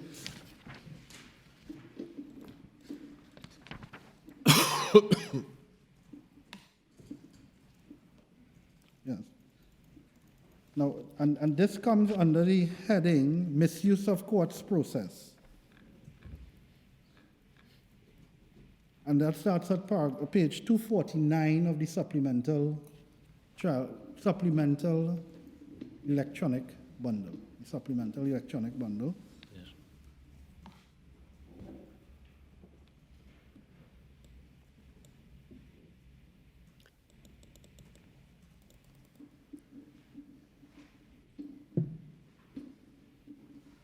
So at paragraph 23, the court says that the starting point is the established principle adumbrated in Harry Kisoon and the Attorney General of Trinidad and Tobago. Unlike the constitution of some other Caribbean countries, the Constitution of Trinidad and Tobago contains no provisions precluding the exercise by the court of its power to grant constitutional redress if satisfied that adequate means of legal redress are otherwise available. The Constitution of Bahamas is an example of this. Nor does the Constitution of Trinidad and Tobago include an express provision empowering the court to decline the grant of constitutional relief if so satisfied. It's at paragraph 28 on page 251 of the electronic bundle, where the court says that despite these warnings, abuse of the court's jurisdiction to grant constitutional relief has been unrelenting until brought to a sudden and welcome halt by the decision of the board in Jaru versus the Attorney General. See Hammersmith, J.A. in George versus the Attorney General, unreported, April 2003 decision. The explanation for the continuing misuse of this jurisdiction seems to be that proceedings brought by way of originating motion for constitutional relief are less costly and lead to a speedier hearing than proceedings brought by way of a writ. So what I'm trying to explain to the Honorable Board is that in 2003, in Trinidad and Tobago, seeking constitutional relief as a first port of call was being frowned upon until Ramanup. Ramanup then came and said, watch, once there is arbitrary conduct, we don't want it to be seen as if the Constitution is aloof, something out there, and persons can't access it. So it sort of brought back access to the Constitution as a first point of call once you can show some sort of exceptional circumstance, arbitrary treatment, that sort of thing. So even in some cases where a lot of your matters may be common law, but it may have a abuse of power aspect, they say it would not be feasible for a litigant to sue under the common law and also sue under the Constitution. You can bring it all under the Constitution. But that came only with Ramanup. And we are saying that from Ramanup, that is when the change took place. And the courts below did not consider that. They did not consider the state of the law at the time when the cause of action arose. They did not examine the legal landscape in our jurisdiction, certainly as dictated by the Judicial Committee in terms of access to the Constitutional Court. It wasn't an unfettered access when Jaru came. They limited it. And the exact words, they say it's an sudden and welcome halt by the board, the decision. So they stopped it. And that's our position with regards to the abuse of process. We say it was not an abuse of process if we look at all the circumstances of the case. If we take a broad merits-based approach to the doctrine of abuse of process from a constitutional lens, as opposed to a procedural lens, it is easy for you to strike out things on procedure under the CPR. We do not think that is what Parliament intended when the Constitution was brought into play, to have your rights summarily dismiss because you just haven't had a day. Pursuant to part 26.212. We say, yes, the court has the inherent jurisdiction to strike out for an abuse of process, but that should be exercised through a substantive constitutional lens and not exercised through the CPR standard. Our last point would be the issue of the apparent bias. And I stress that it is apparent and not actual bias that our submission is based upon. We say, firstly,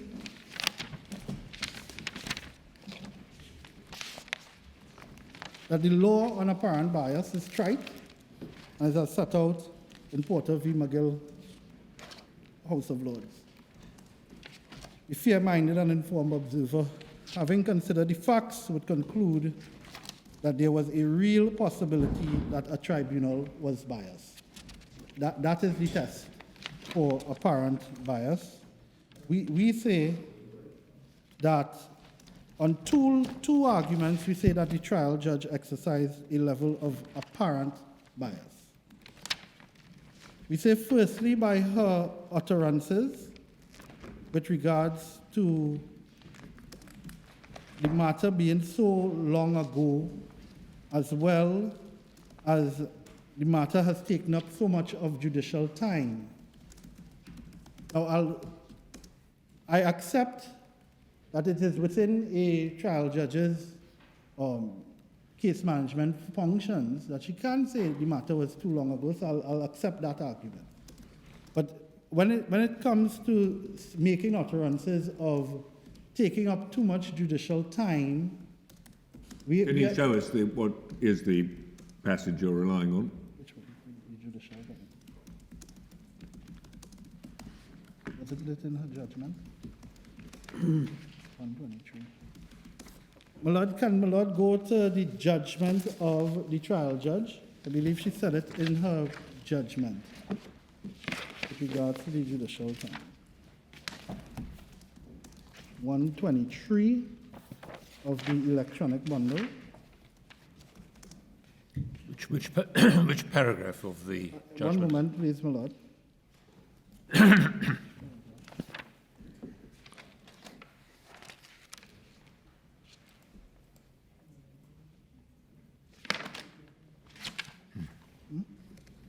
I think it's the last page of her decision. It's a 5-page decision, so it would be Yes. page. It's top of page 4, I think. Yes.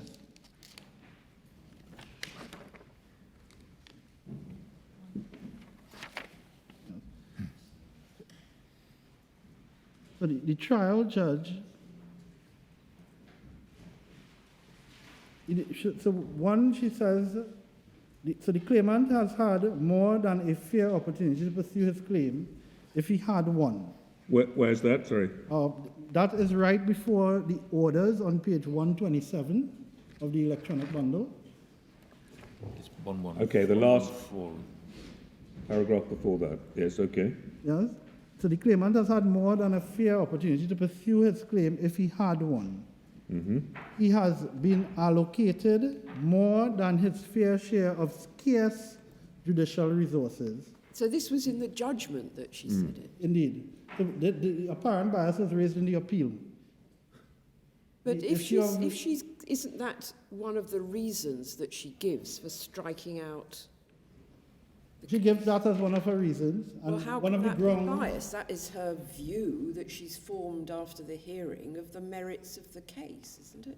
No, but she did not hear the merits of the case, respectfully, my lady.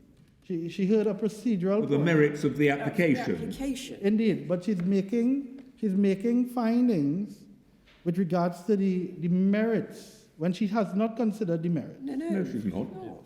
I thought that your claim was that she'd said this before the hearing and that your complaint was that she had formed a view about hearing the parties, but this is something she's saying after hearing the parties, isn't it? Well, my lady, so I think with regards to these utterances, at the end, even at the end, because remember the apparent bias point was raised in the appeal to the Court of Appeal. Yes, but you're saying that because she said in her judgment that one of the reasons that she was striking out the claim was because he'd been allocated more than his fair share of scarce judicial resources. I mean, that's the abuse point, which she's concluding is well made. So how can you say it's bias if it's a view that she's formed after hearing argument? That's fair. That's fair, please, my lady. That's fair. My lady, so I would stick to the point that prior to her making her decision, Right. in the transcript, I believe it's at page 1720, 1720, 1720, lines 20 to 21. Right.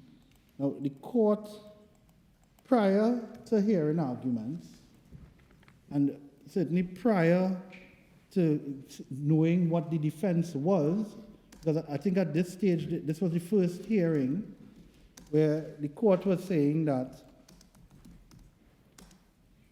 the matter was so long ago, since 2003 to now, so a significant time has passed.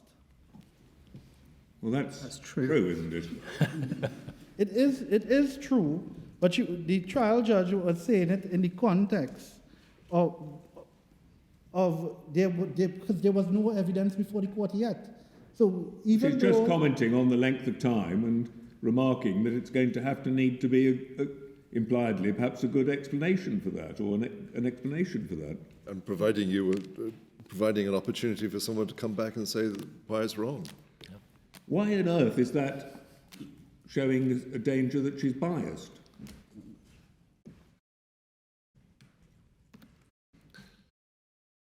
Well, Lord, what I'm saying is the delay, because you're already coming from a position that the delay is a hurdle, which we accept.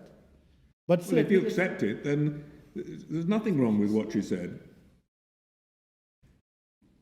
That's a fair analysis. Well, you say it's a fair analysis, but you're accusing this judge of bias. Of It's a apparent serious matter of apparent bias. Indeed, please, my lady. You did allege actual bias until a moment ago. It's a serious thing to say about it. I don't think we allege actual bias, please, my lady. I think we are arguing for apparent bias based on But when you are alleging Yes. apparent bias, it is best to make sure that you actually have a case to put before a court. Indeed. So- Indeed, my lord.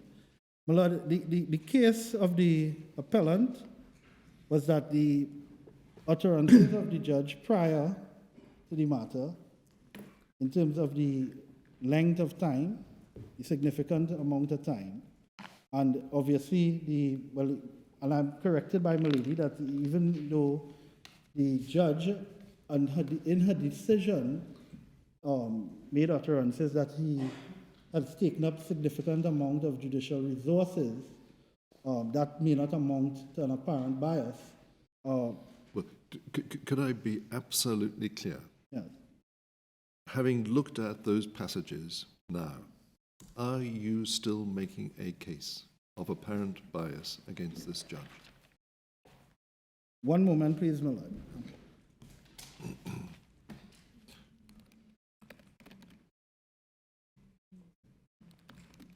Yeah.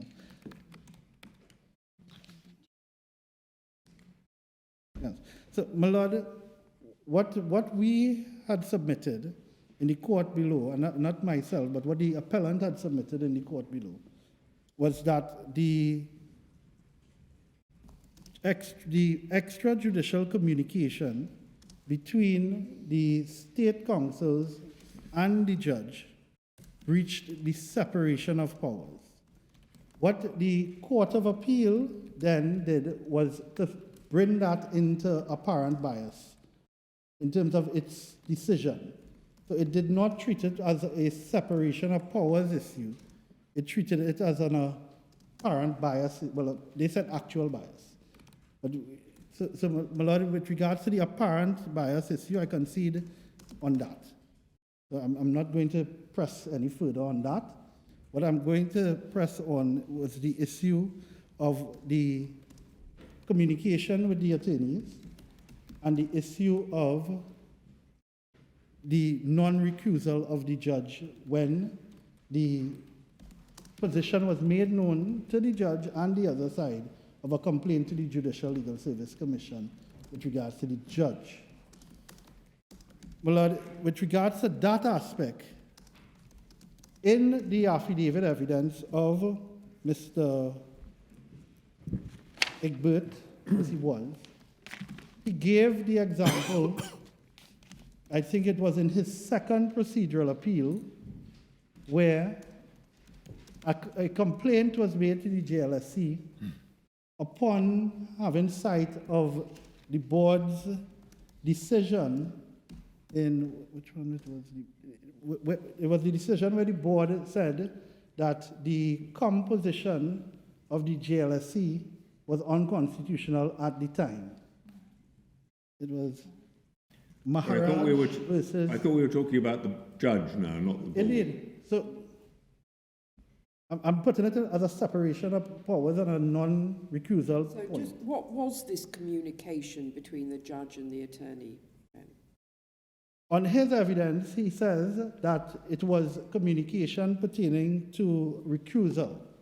And on the submissions of the state in the Court of Appeal, they do concur with that. They said an email was sent to the judge and to the attorneys on the other side, requesting that the judge recuse herself. That is in the submissions of the state at page 170. So we're now dealing with the recusal point. Indeed. What page did you say? 170 of the electronic bundle.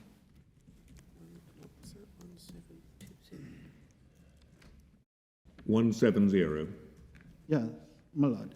And what is that we're looking at? So just before paragraph 5, that it says 1 day before the due date for the decision It's the of the honorable respondent's judge, submissions. it was the submissions of the state. So I'm showing that it was Right. correct in terms of the appellant forwarded an email to the judicial support officer to the honorable judge at the court below through another representative. There he asked the honorable judge to recuse herself. Attorneys at law for the respondent were also copied on this email. The recusal was in relation to a complaint made by an organization, Soca for Peace, where they challenged the composition of the Judicial Legal Service. No. So I'm showing where in the affidavit, now in the affidavit of Mr. Egbert, he shows how the Court of Appeal dealt with a similar matter. So the Court of Appeal was convened to deal with a second procedural appeal. And he had made a complaint when the Privy Council had made the decision in Maharaj. We're concerned with the position of the judge. Lord? We're concerned with the position of the judge. Yes. So I'm saying... We want to know why the judge should have recused herself. Indeed. That's what you're saying. Right. So what I'm saying is, just as how the Chief Justice and Justice of Appeal Pemberton saw it right to recuse themselves in that procedural appeal, so at that procedural appeal hearing, they said, Mr. Masaisai, your client sent us a letter complaining about our... But what was your complaint Yeah. about this judge? Why should she have recused herself? The fact that you've asked her to doesn't mean that she has to, unless there's a good reason to. And so you've got to show there was a good reason why she ought to have recused herself. Well, my lord, what we are saying is that they did not allow for that. So the judge did not make a decision on the recusal. Well, what was the basis for it? Why are you saying that she should have recused herself? Well, my lord, it doesn't feature in the evidence. Well, if you haven't got a basis for it, then you can't maintain it, can you? You don't have to recuse yourself just because a groundless request is made to do so. No, well, my lord, I would say that you still have to follow a due process, please, my lord. If a party makes an application or sends an email to a judge. Well, you can't just send an email if you want to get rid of the judge. you've got to have a basis for it. And if you can't come here and tell us there's a basis for it, Yes. So, then I don't see how you can ask us to find that the judge ought to have recused herself. well, my lord, I'm not saying that she ought to recuse herself. I'm saying she ought to have considered it. Well, what should she have concluded at the end of that consideration? My lord, I'm in the hands of the court because there's no evidence. Where is the email asking her? Did the email asking her to recuse herself explain why you were asking her to recuse herself? And it's copied into the other side as well. I mean, it's not a sort of secret email passing. Indeed, please, my lord. So it's not. You seem to be coming here throwing out allegations that the judge acted in a biased or improper way, when they absolutely no basis for them that you can point us to. Well, my lord. Or when you do my lord, point us to something, it evaporates. Well, my lord, not the bias point, please, my lord. What we are saying is that the recusal point was not a bias point. Well, what was it then? What was the basis for recusal? Well, my lord, unfortunately, it's not in the papers. Well, then I cannot see how you can make a submission properly that the judge ought to have recused herself, or that we ought to be considering that she should have done something different, when you don't even know on what basis it was being suggested that that was something to be considered. For my part, Yes. we treat allegations of this nature very seriously. Agreed. If a judge has the appearance of bias, then the proceedings are totally inappropriate. Agreed. Yeah. But the other side of that coin is that there is an obligation before one actually makes an allegation of the appearance of bias to get one's title in order. Now, as I understand it, you've abandoned the allegation of an apparent an appearance of bias on this appeal. Yes, my lord. Yeah. Thank you. So my lord, Lord Legat, take it that the point of the apparent bias is not being pursued, please, my lord. Well, are you also not pursuing this recusal point if you can't explain why she should have recused? My lord, it is not on the affidavit evidence, so I cannot, in all honesty, pursue. You haven't got the email that was sent? No, we do not have the email, please, my lord. Right. My lady, I do apologize. Okay. My lady, the communication with the attorneys, please, my lord, it took place at a time when the state in itself had not complied with Part 5611 of the rule. And what was this communication? Let's try and nail that. I think the communication was that the court indicated that the court will communicate with the state. By the court, you mean this judge? The judge, the trial judge, indicated that she will communicate with the state with regards to getting an appearance on this particular matter. She said she was going to do that, so your client knew it, Agreed. and Now, no objection was taken to that court. No objection was taken at the time. But And is an objection being taken now before us? well, what we are saying is that at the time, the state were out of time to file their defense. So under Part 5611, the response, the affidavit in response, is treated as your defense under Part 10, pursuant to Part 10. So if we look at that at Part 56, it's at page... Right, so they hadn't... Is this what happened, from what I remember? That there was the hearing, that the attorney didn't appear, they hadn't put in the defence. She said something to the effect, well, I'm going to see them later in the day on some other case and I'll mention it to him. Yes, yes, please, my lady. Right, and then she said she said she had seen the counsel for the attorney and she had in a different matter, and she'd mentioned why I want you to put in a defence in this. Indeed. In Mr Hosein's. Yes. Is that That's the broadly extent. what happened? That's the extent of the transfer, Right. please, my lady. And you're saying that her raising with counsel to the attorney in a different case, what's going on with this case is what? Well, it's inappropriate, please, my lady. Inappropriate. What we are saying is that if it is, we had proven service of the claim form and affidavit in support, then Part 56 sets out what is supposed to happen, even with the state. Well, it's always the state on the other side under Part 56 because it's a constitutional motion. Part 5611, which is at page 2545, 2545 of the electronic bundle. I'm terribly sorry, but I thought the judge said she was going to pass on information to the other side, that the case was in the list. And there was no objection to that. You are now raising all the tactical applications that could have been made, but weren't made at the time. I just fail to understand where that leads one. Say, for instance, you're entirely correct that an application could have been made which would have been adverse to the state. They could have been compelled to abide by the rules. Well, you could have compelled them to abide by the rules at that time. And I really just fail to understand this argument. No, so my lord, I'm saying the same vigor that the trial judge was giving to afford the state the opportunity to be heard, the same vigor the trial judge could have balanced the rules. Because the rule says any evidence filed in answer to an application for an administrative order must be by affidavit, and the provisions of Part 10 applies. But your client was represented. The answer to the judge could have been, do not speak to the other side at all, don't notify them, and now do this. And here are the rules. And that wasn't done. Fair analysis, please, my lord. Fair analysis. So, my lord, I accept that that was not done at the time.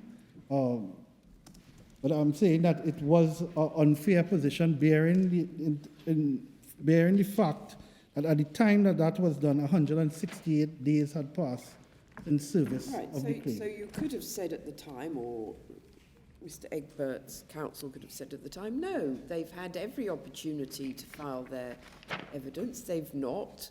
You must treat this as if it's an undefended application.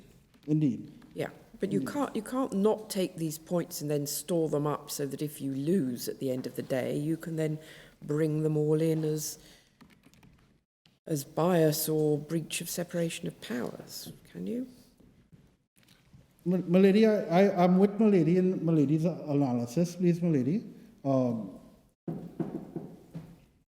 with Milady on that. And again, you know, you're making serious allegations against this judge, and at the moment there doesn't seem to me an adequate basis for it unless you can. I'm sure that the experience of first instance judges in the Trinidad and Tobago is much the same as here. You're trying to get cases organised as best you can, in the best way you possibly can, and trying to. My lord, Milady, my co-counsel has indicated that indeed application for the matter to move forward undefended was made, but was dismissed. It was made, but was dismissed. Yeah. And was that appealed then? Was that the application was made, dismissed, and was there an appeal? I think it got overtaken by the strikeout, my lord. So, no defense was filed, but the application was, the claim was struck out as an abuse of process. But an application was indeed made for the matter to move forward undefended, but that application was dismissed. One moment, please. I'm finishing up now.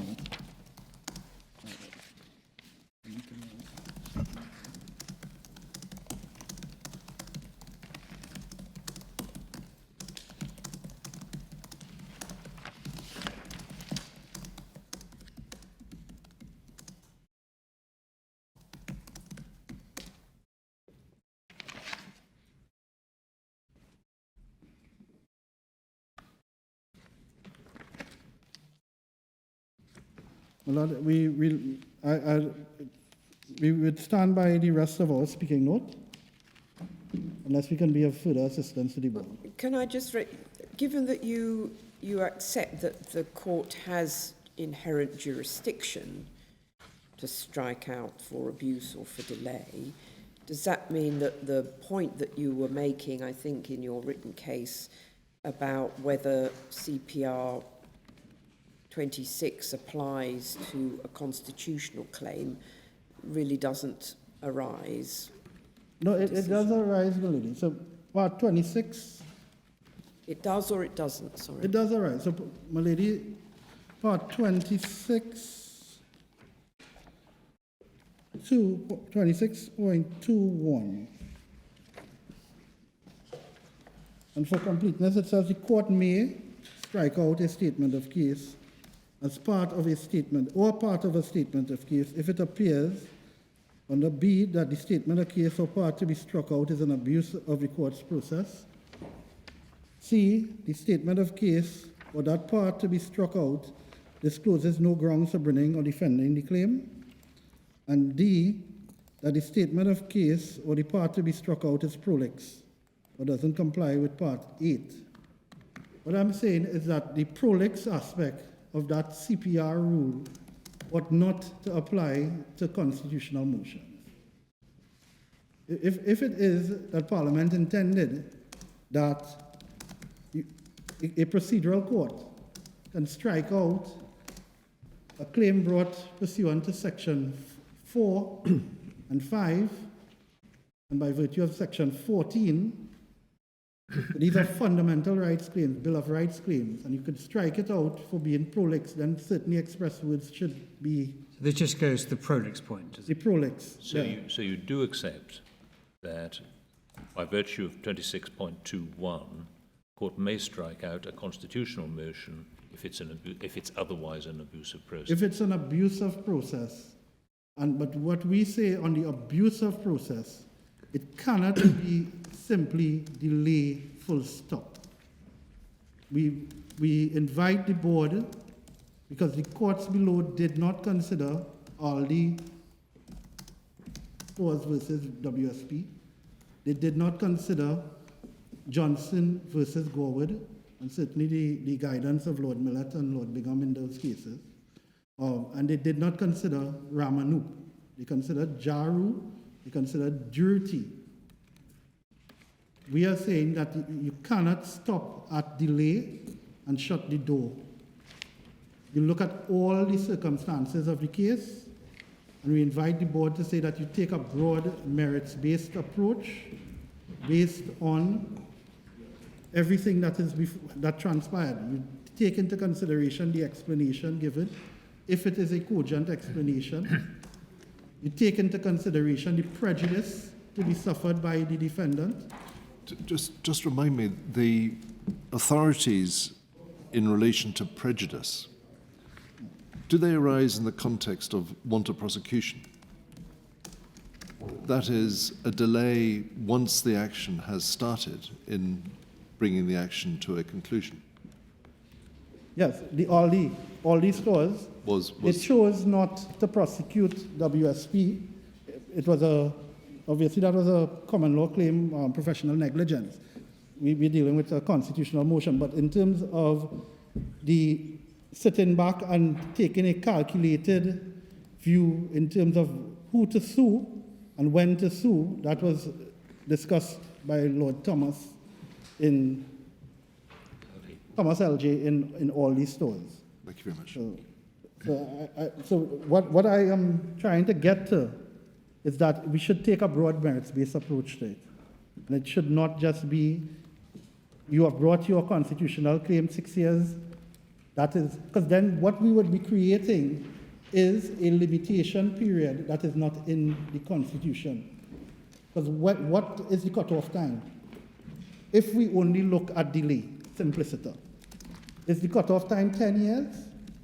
And if the cutoff time is 10 years, then certainly the Parliament should have said that, because they could have. So we say that the cogent explanation has to be taken into consideration, and the fact that it was not a straightforward durity type of delay. It was delay but following a process, although be it not a sensible process. And those are our submissions, unless I can... As far as his explanation for the delay, you took us to paragraph 3 of his supplemental affidavit at page 952. Is there anything else you want to draw to our attention in his evidence at any stage where he gives an explanation? That's the that's where he gives his explanations. He also says it in another supplemental. So he filed 2 supplemental affidavits and a principal affidavit. Yeah, The other supplemental affidavit can be found at page, a moment, yeah, I'm not just looking for his other evidence, I'm looking for On where he reason. puts forward this explanation as to why he didn't yeah. bring the claim. Is there anything else you want to draw to our attention other than that paragraph at Electric Bundle 952? Yes, I'd like to draw the board's attention to his second, page 657 of the electronic bundle.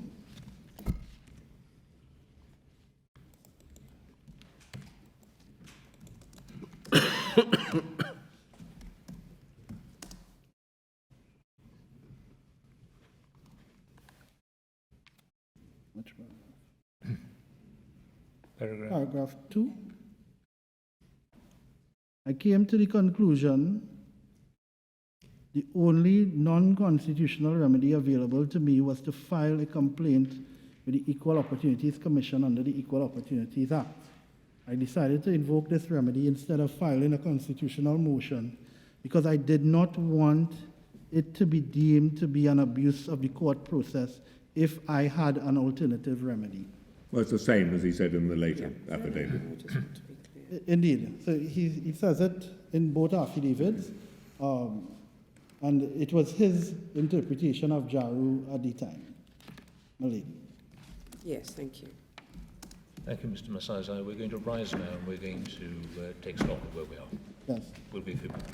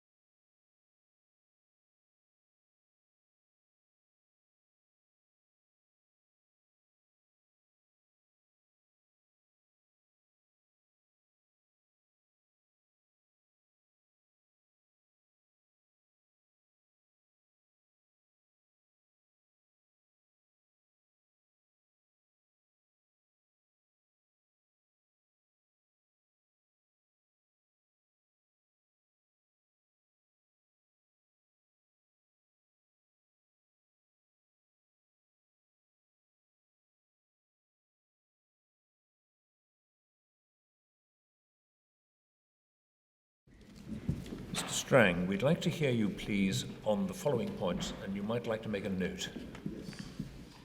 First of all, what is the appropriate test of abuse of process on grounds of delay?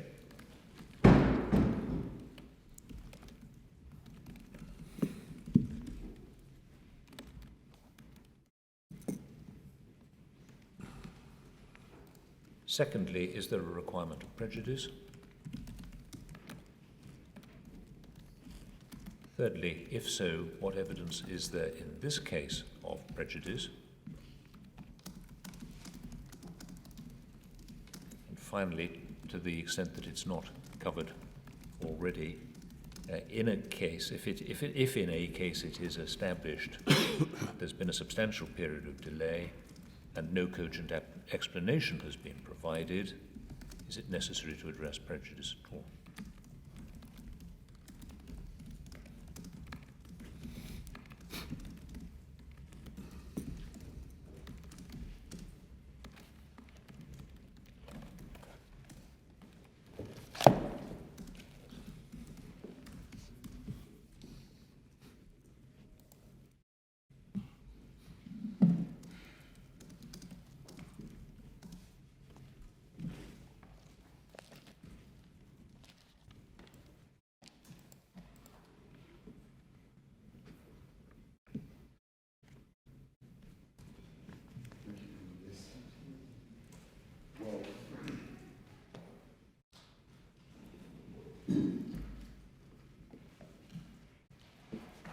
I'll start by considering the principal authorities on delay.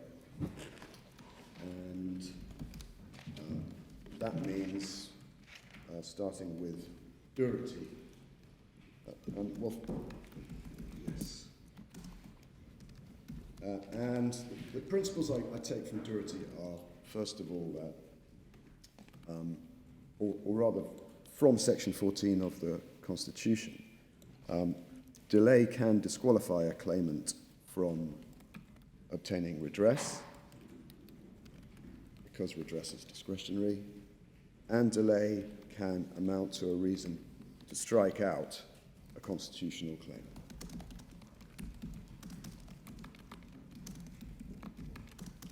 And the reasons for striking out in relation to delay include where the bringing of a claim amounts to an abusive process, and also where the court is satisfied as a preliminary matter that inordinate delay should disqualify the claimant from obtaining redress.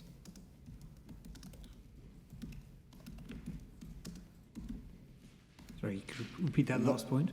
Where the court is Where the court satisfied as a preliminary matter Yeah. that the inordinate delay should disqualify the claimant from obtaining redress. Is that a quote from Doherty? Well, it's what I would derive from Doherty, yes. And that could be described as a misuse of the court's processes, but it could also be described as delay disqualifying the claimant from obtaining relief.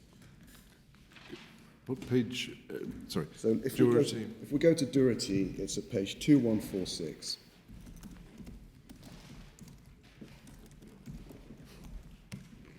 And the case concerns a magistrate who was subject to disciplinary proceedings, which began in 1989. And he applied for judicial review in 1993, was refused leave. So the disciplinary proceedings are summarised beginning at paragraph 5, which is 2147. The judicial review proceedings summarised at paragraph 9, which is 2148. But I'll just summarise them by saying that he was refused leave, and after exhausting all of his appeals against the refusal of leave, he then resorted to a constitutional motion in 1997.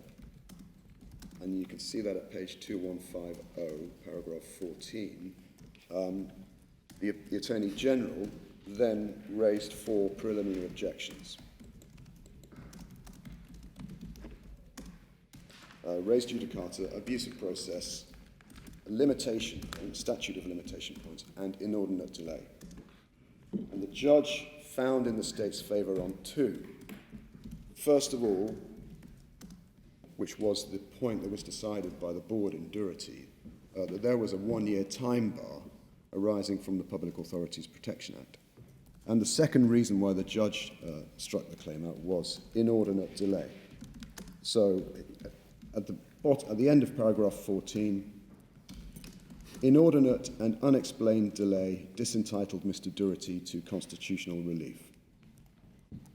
And that was decided at a preliminary stage.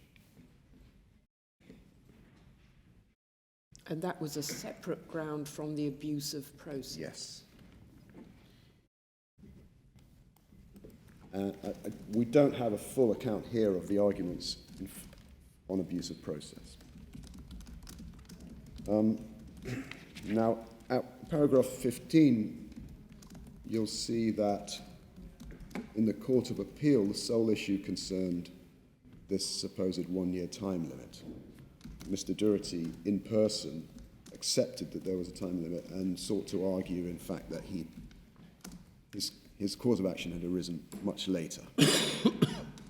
But then the point was opened up again before the board, and they decided there was no such one-year time limit.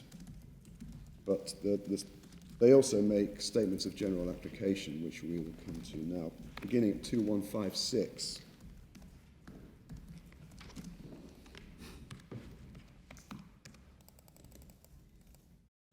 Paragraph 29. So this is where the board dismisses the idea that the Public Authorities Protection Act found its way into constitutional claims via the State Liability and Proceedings Act. That's dismissing the one-year time limit point at paragraph 29. And then some more general statements of principle in paragraph 30.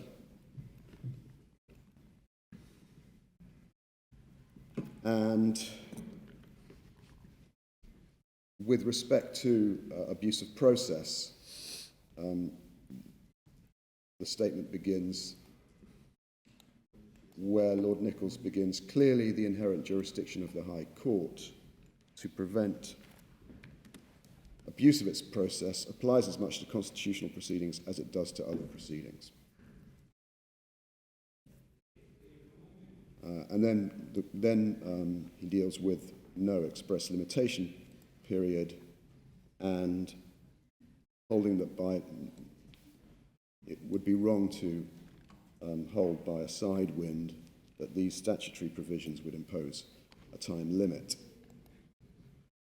And then having dealt with the one-year time limit, the board then addresses the other preliminary objections, which at paragraph 33, which is 2157. So it was unnecessary to address the other grounds, and the board remits those to the Court of Appeal to consider those, and then gives some general guidance at paragraph 35, 2158.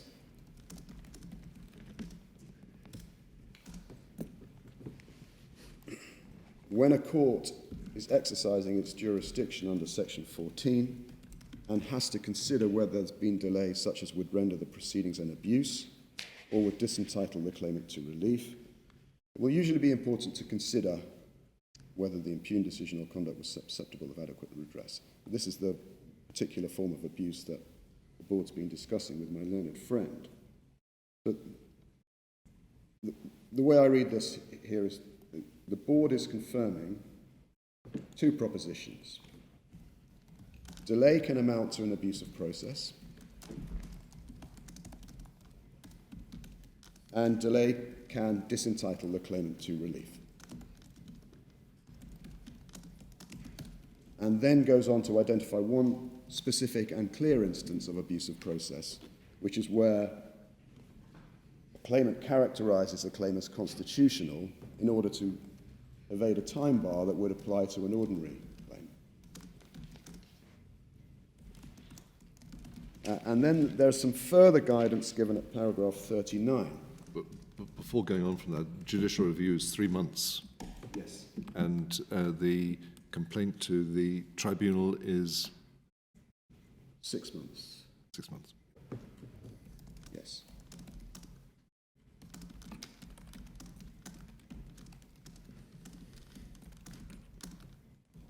So then, at paragraph 39, we see some further guidance for the Court of Appeal.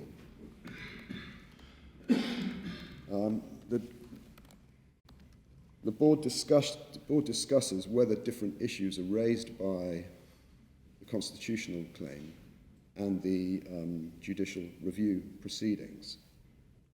And it does this, as you can see, in the context of considering whether the judicial review proceedings sufficiently explained the delay in commencing the constitutional proceedings. So at the end of that paragraph, the passage beginning, accordingly the question which arises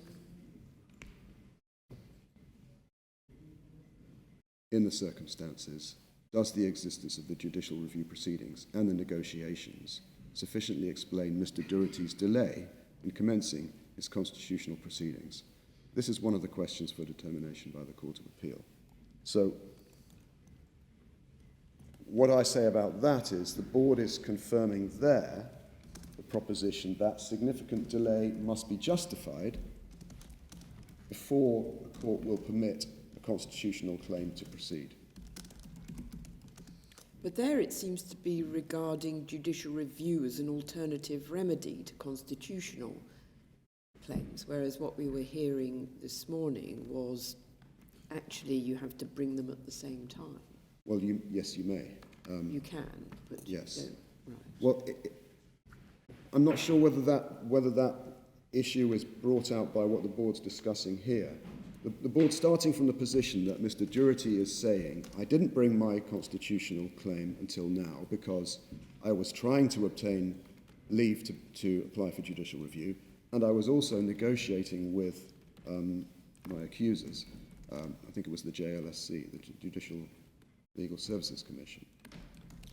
And the point that Lord Nichols is picking out here is that, well, there may have been certain aspects of your constitutional claim that you couldn't have, in respect to which you couldn't have obtained relief by judicial review.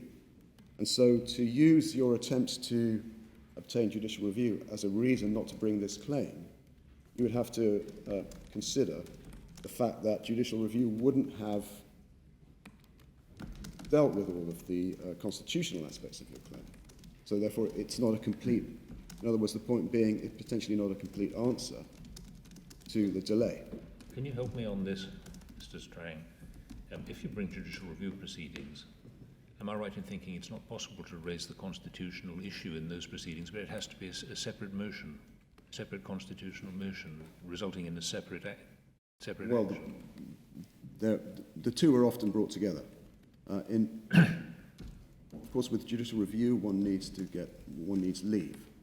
The practice normally is that a party will apply for leave to apply for judicial review.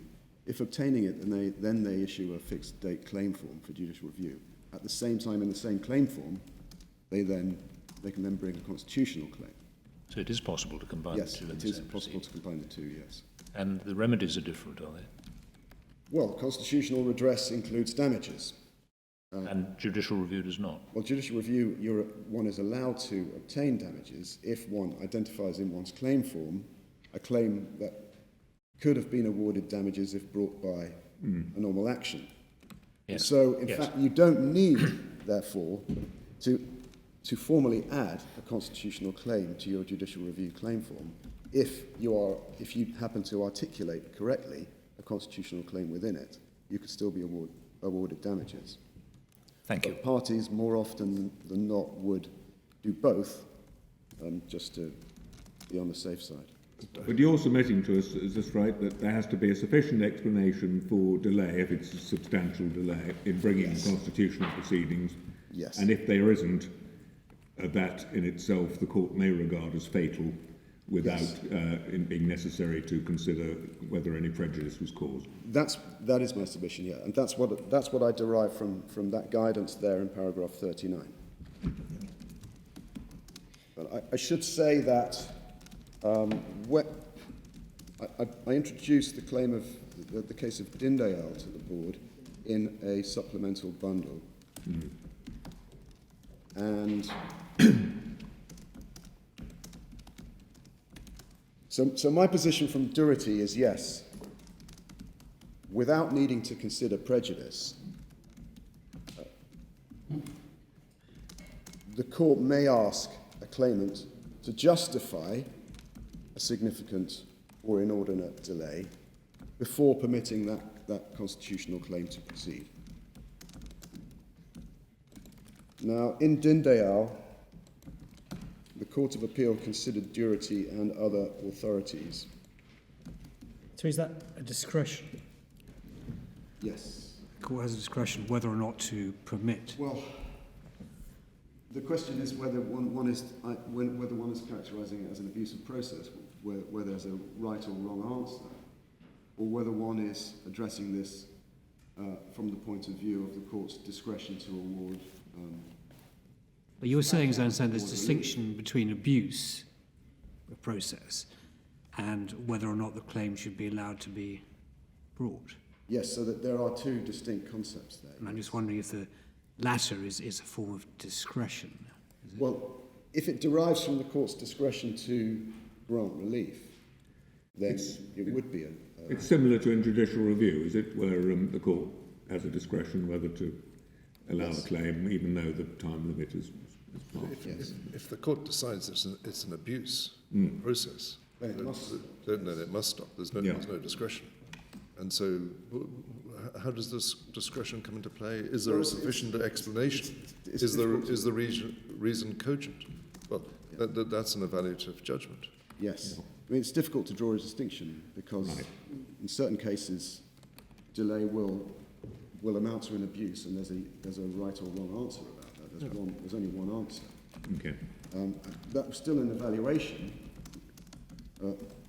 But if it derives from the court's discretion to refuse relief, then it's a discretionary assessment rather than an evaluation. Yeah. And it's difficult to draw a distinction between the two. Because anyway, you say either route is available. Yes. And neither requires prejudice. Well, I was just going to qualify that by showing your lordships what the Court of Appeal said in Dindayal. Okay. Which is paragraph 9. No, so just what page of... This is the supplemental authorities bundle of the Respondent. It's just one case in it. I think we just got that yesterday. Yeah, that's right. Yeah, it's called... Hosein versus AGTT Respondent something. No. Mine is. Yes. So the bundle. The name of the bundle. Authorities bundle. Right. Right. Yes. Right. So this is a case where claimant brought a number of different constitutional motions, and the judge struck them all out for inordinate delay. And or rather, he brought a constitutional motion complaining about a number of different events going back on a number of different occasions. So there were claims about events in 1987, 1994, 1998. And the judge struck out all the complaints for inordinate delay. The Court of Appeal said, yes, there was undue delay. So paragraph 9 is the Court of Appeal's decision. Paragraph. Paragraph 9, which is page 6 of the Thank you. PDF. So he was guilty of undue delay in relation to the years 1987 and 1994. He was not guilty of undue delay in respect of 1998, because even though the explanation wasn't cogent enough, the delay was not so inordinate. Right. Now, what we don't see in the Court of Appeal's decision is an assessment of prejudice there.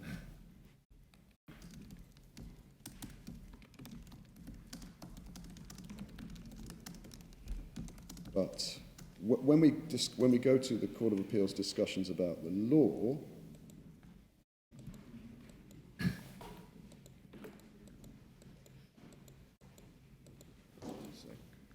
I think it's paragraph 39, is it? Yes. Well, yes, paragraph It starts 42. Yes, so 39 begins with statements of the law from Durity. Yeah, 39 begins with statement of the law from Durity. 40, we see a further statement from Durity. 41 is Ramanoop. And over the page at 19 is Lady Hale's statement. She says discretionary. Yes, constitutional relief is discretionary. Lapse of time is a relevant factor in the exercise of that discretion. And then Justice of Appeal Barrow summarises the principles extracted from the cases. 42, which is page 19 of the PDF. So, there's no statutory time limit, yes. Refusal of a remedy on the grounds of delay is a matter in respect of which the court has a judicial discretion. Then there are limitations inherent in the High Court's jurisdiction. And then D is repeating the statement from Durity about that clear instance of abuse where a claimant appears to be evading a time bar that would apply in ordinary litigation. And then 43, Barrow goes on to say, even if there were no alternative remedy, it may still be struck out for delay where such delay is excessive and it would prejudice the proper defence of the claim. So he, unlike my reading of Durity, he adds in the requirement for prejudice. But when one looks at the Court of Appeal's analysis of the cases here, the only other mention of prejudice is in the next paragraph, page 44, where he simply says at the end,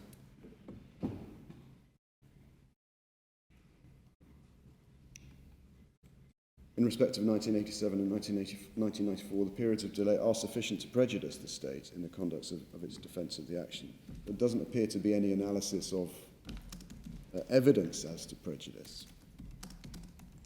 So he just seems to assume that inordinate delay does result in prejudice in the conduct of the defence.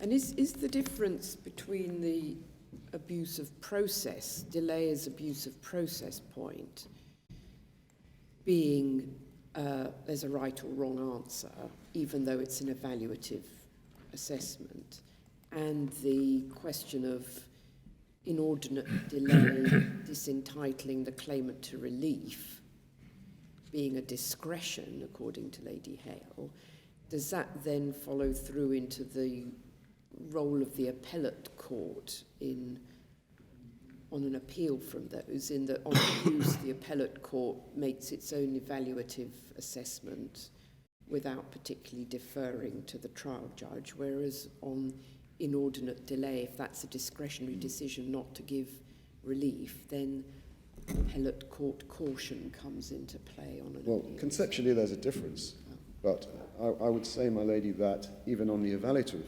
assessment, appellate caution comes into play for the reasons expressed by the court in Aldi Stores. That was at the top of my written case. I don't have the reference right in front of me. But because it's so multifactorial, the appellate court would need to be satisfied that the judge had misdirected herself in a material matter. So you say there has to be some holding back by the appeal court in both circumstances? Yes. So there's a conceptual difference, but in practical terms, the appellate caution won't be that much less in respect of the right or wrong answer of abuse when compared to the answer on discretion. I noticed that. Well, Mr. Strang, we'll rise now and we'll sit again at 2 o'clock. Thank you very much.